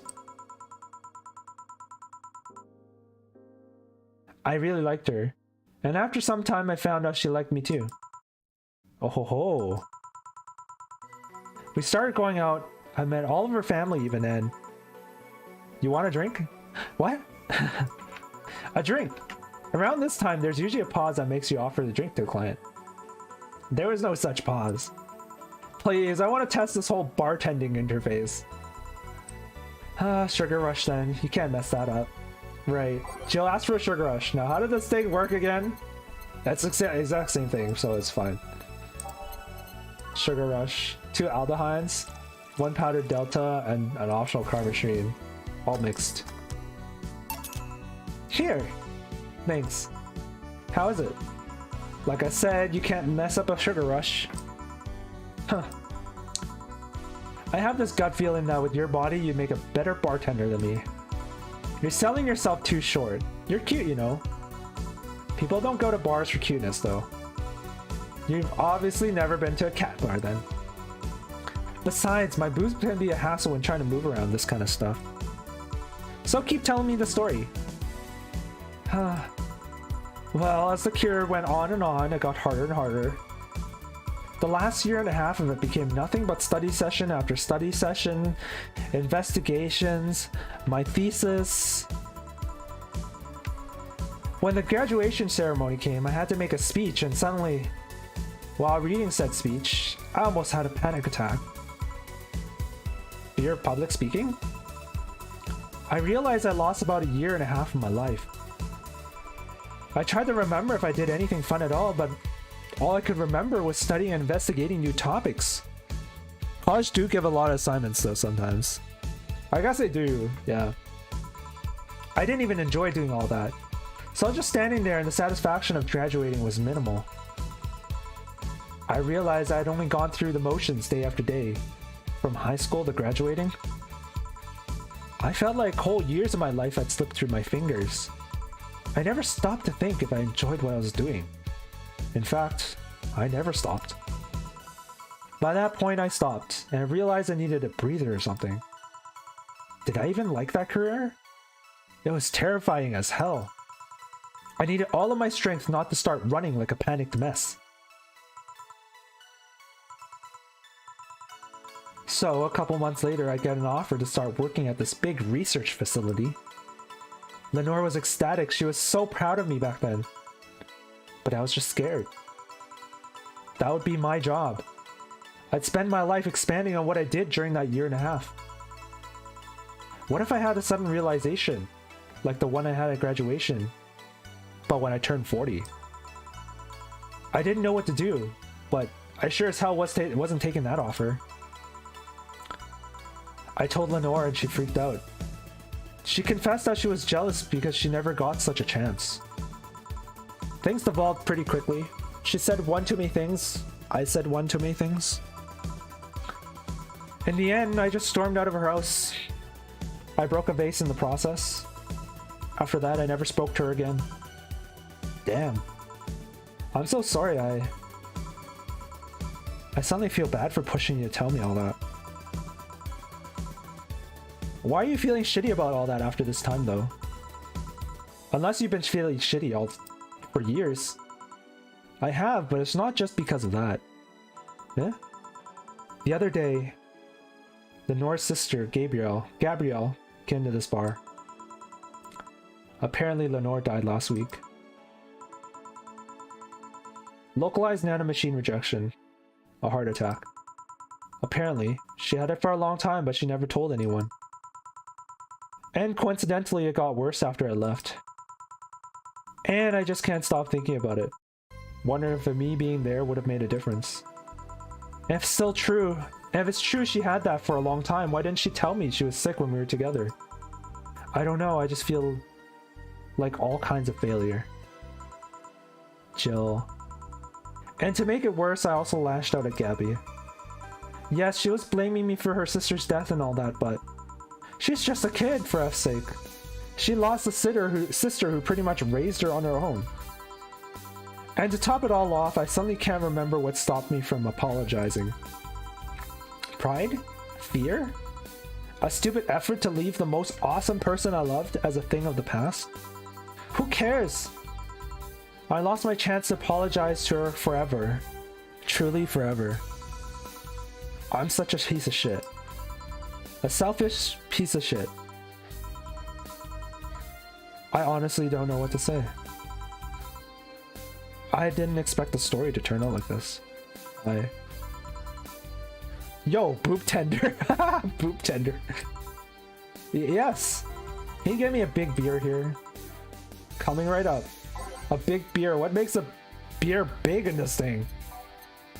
By putting in double the ingredients, of course. 2 aldehydes, 4 Bronsons, 2 powdered deltas, 4 flanner guides, and 8 karmatunes. Mixed. Big beer for Jill. Thanks. I need to remember to take care of the cans in my apartment. Do you drink lots of beer? One of the perks of the BTC issued liver implant is that I can drink lots of beer without getting too wasted. Oh. Hey Jill, what kind of girl was Lenore? Well, she was calm and smart. Alma hasn't worked in a bar, so she wouldn't know too much. No, she wouldn't. But she hacked the system to do everything for her, so that's fine.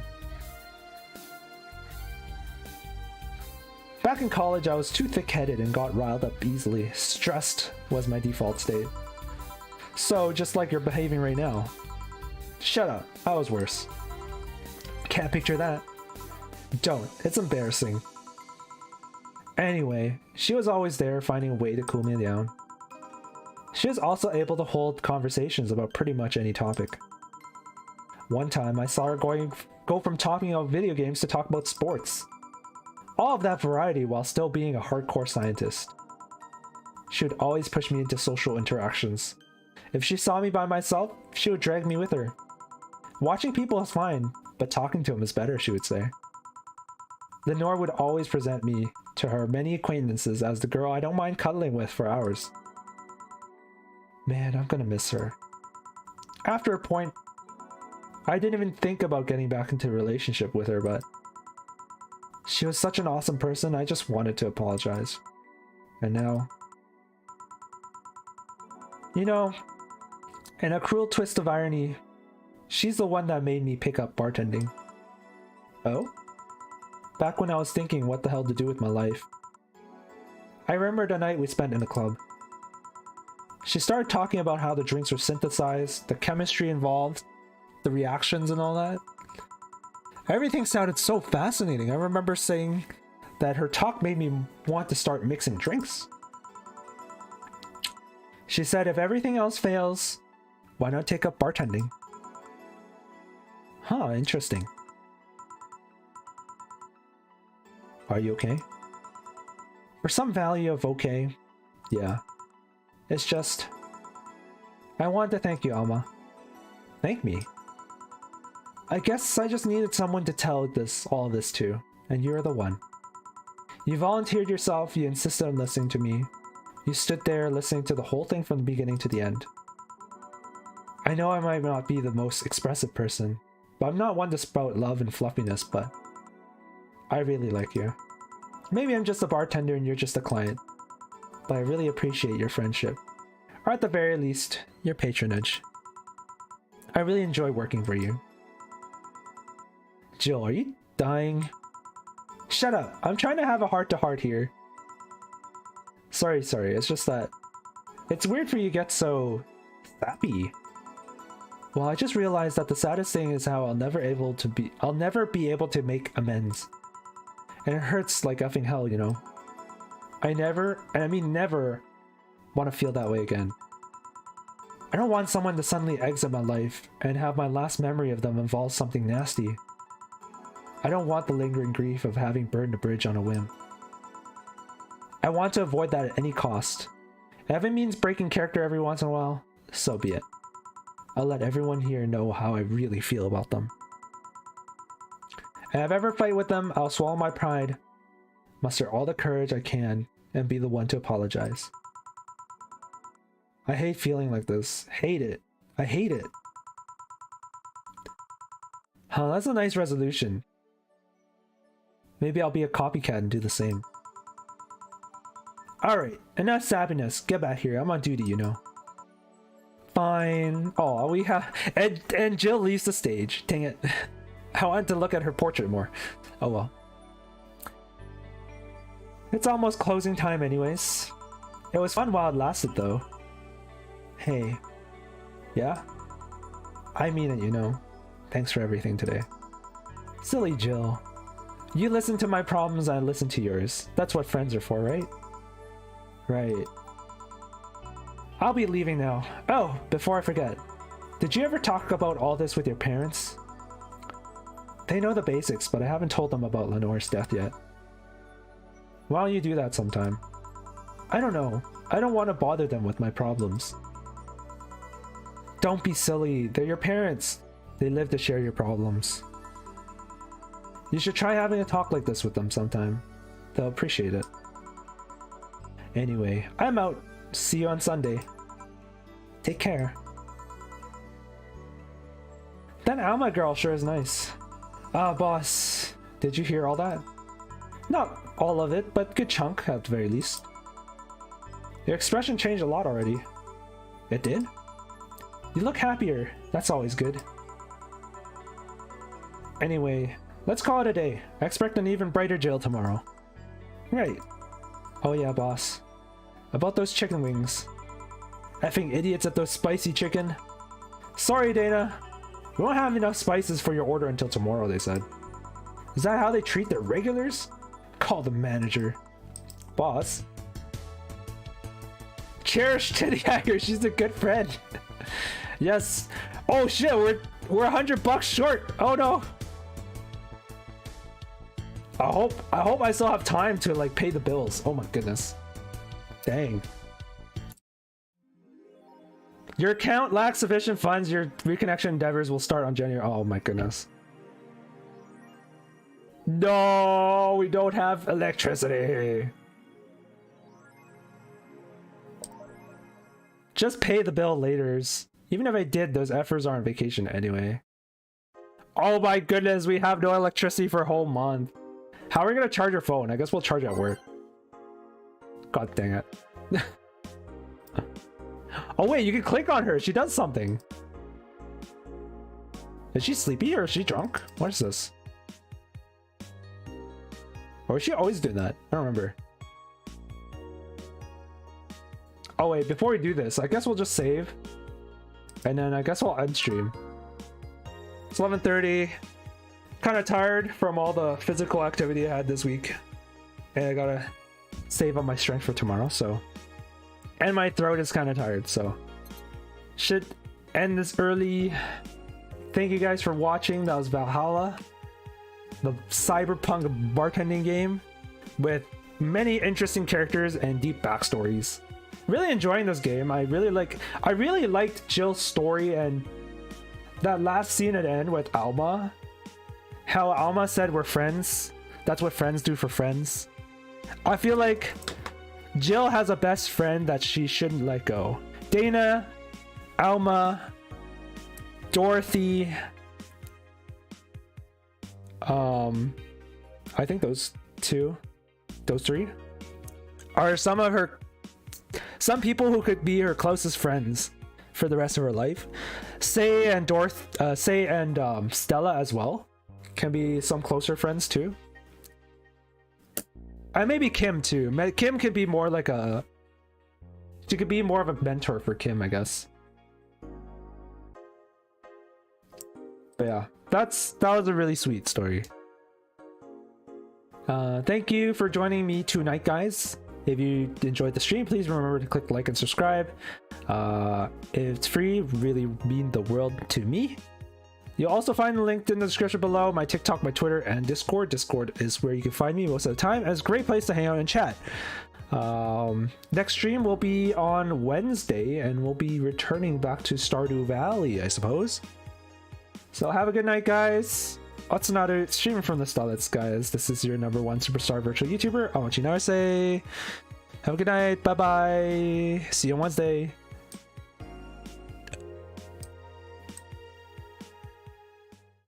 Hey guys! My channel is finally at 1,000 subscribers, and channel memberships will be available soon. Memberships will be split between 4 tiers shown here. Huh? What's that doing there? Get that out of here! I'm going to have a stern chat with the management team about that. Excuse me, where was I? Ah, yes.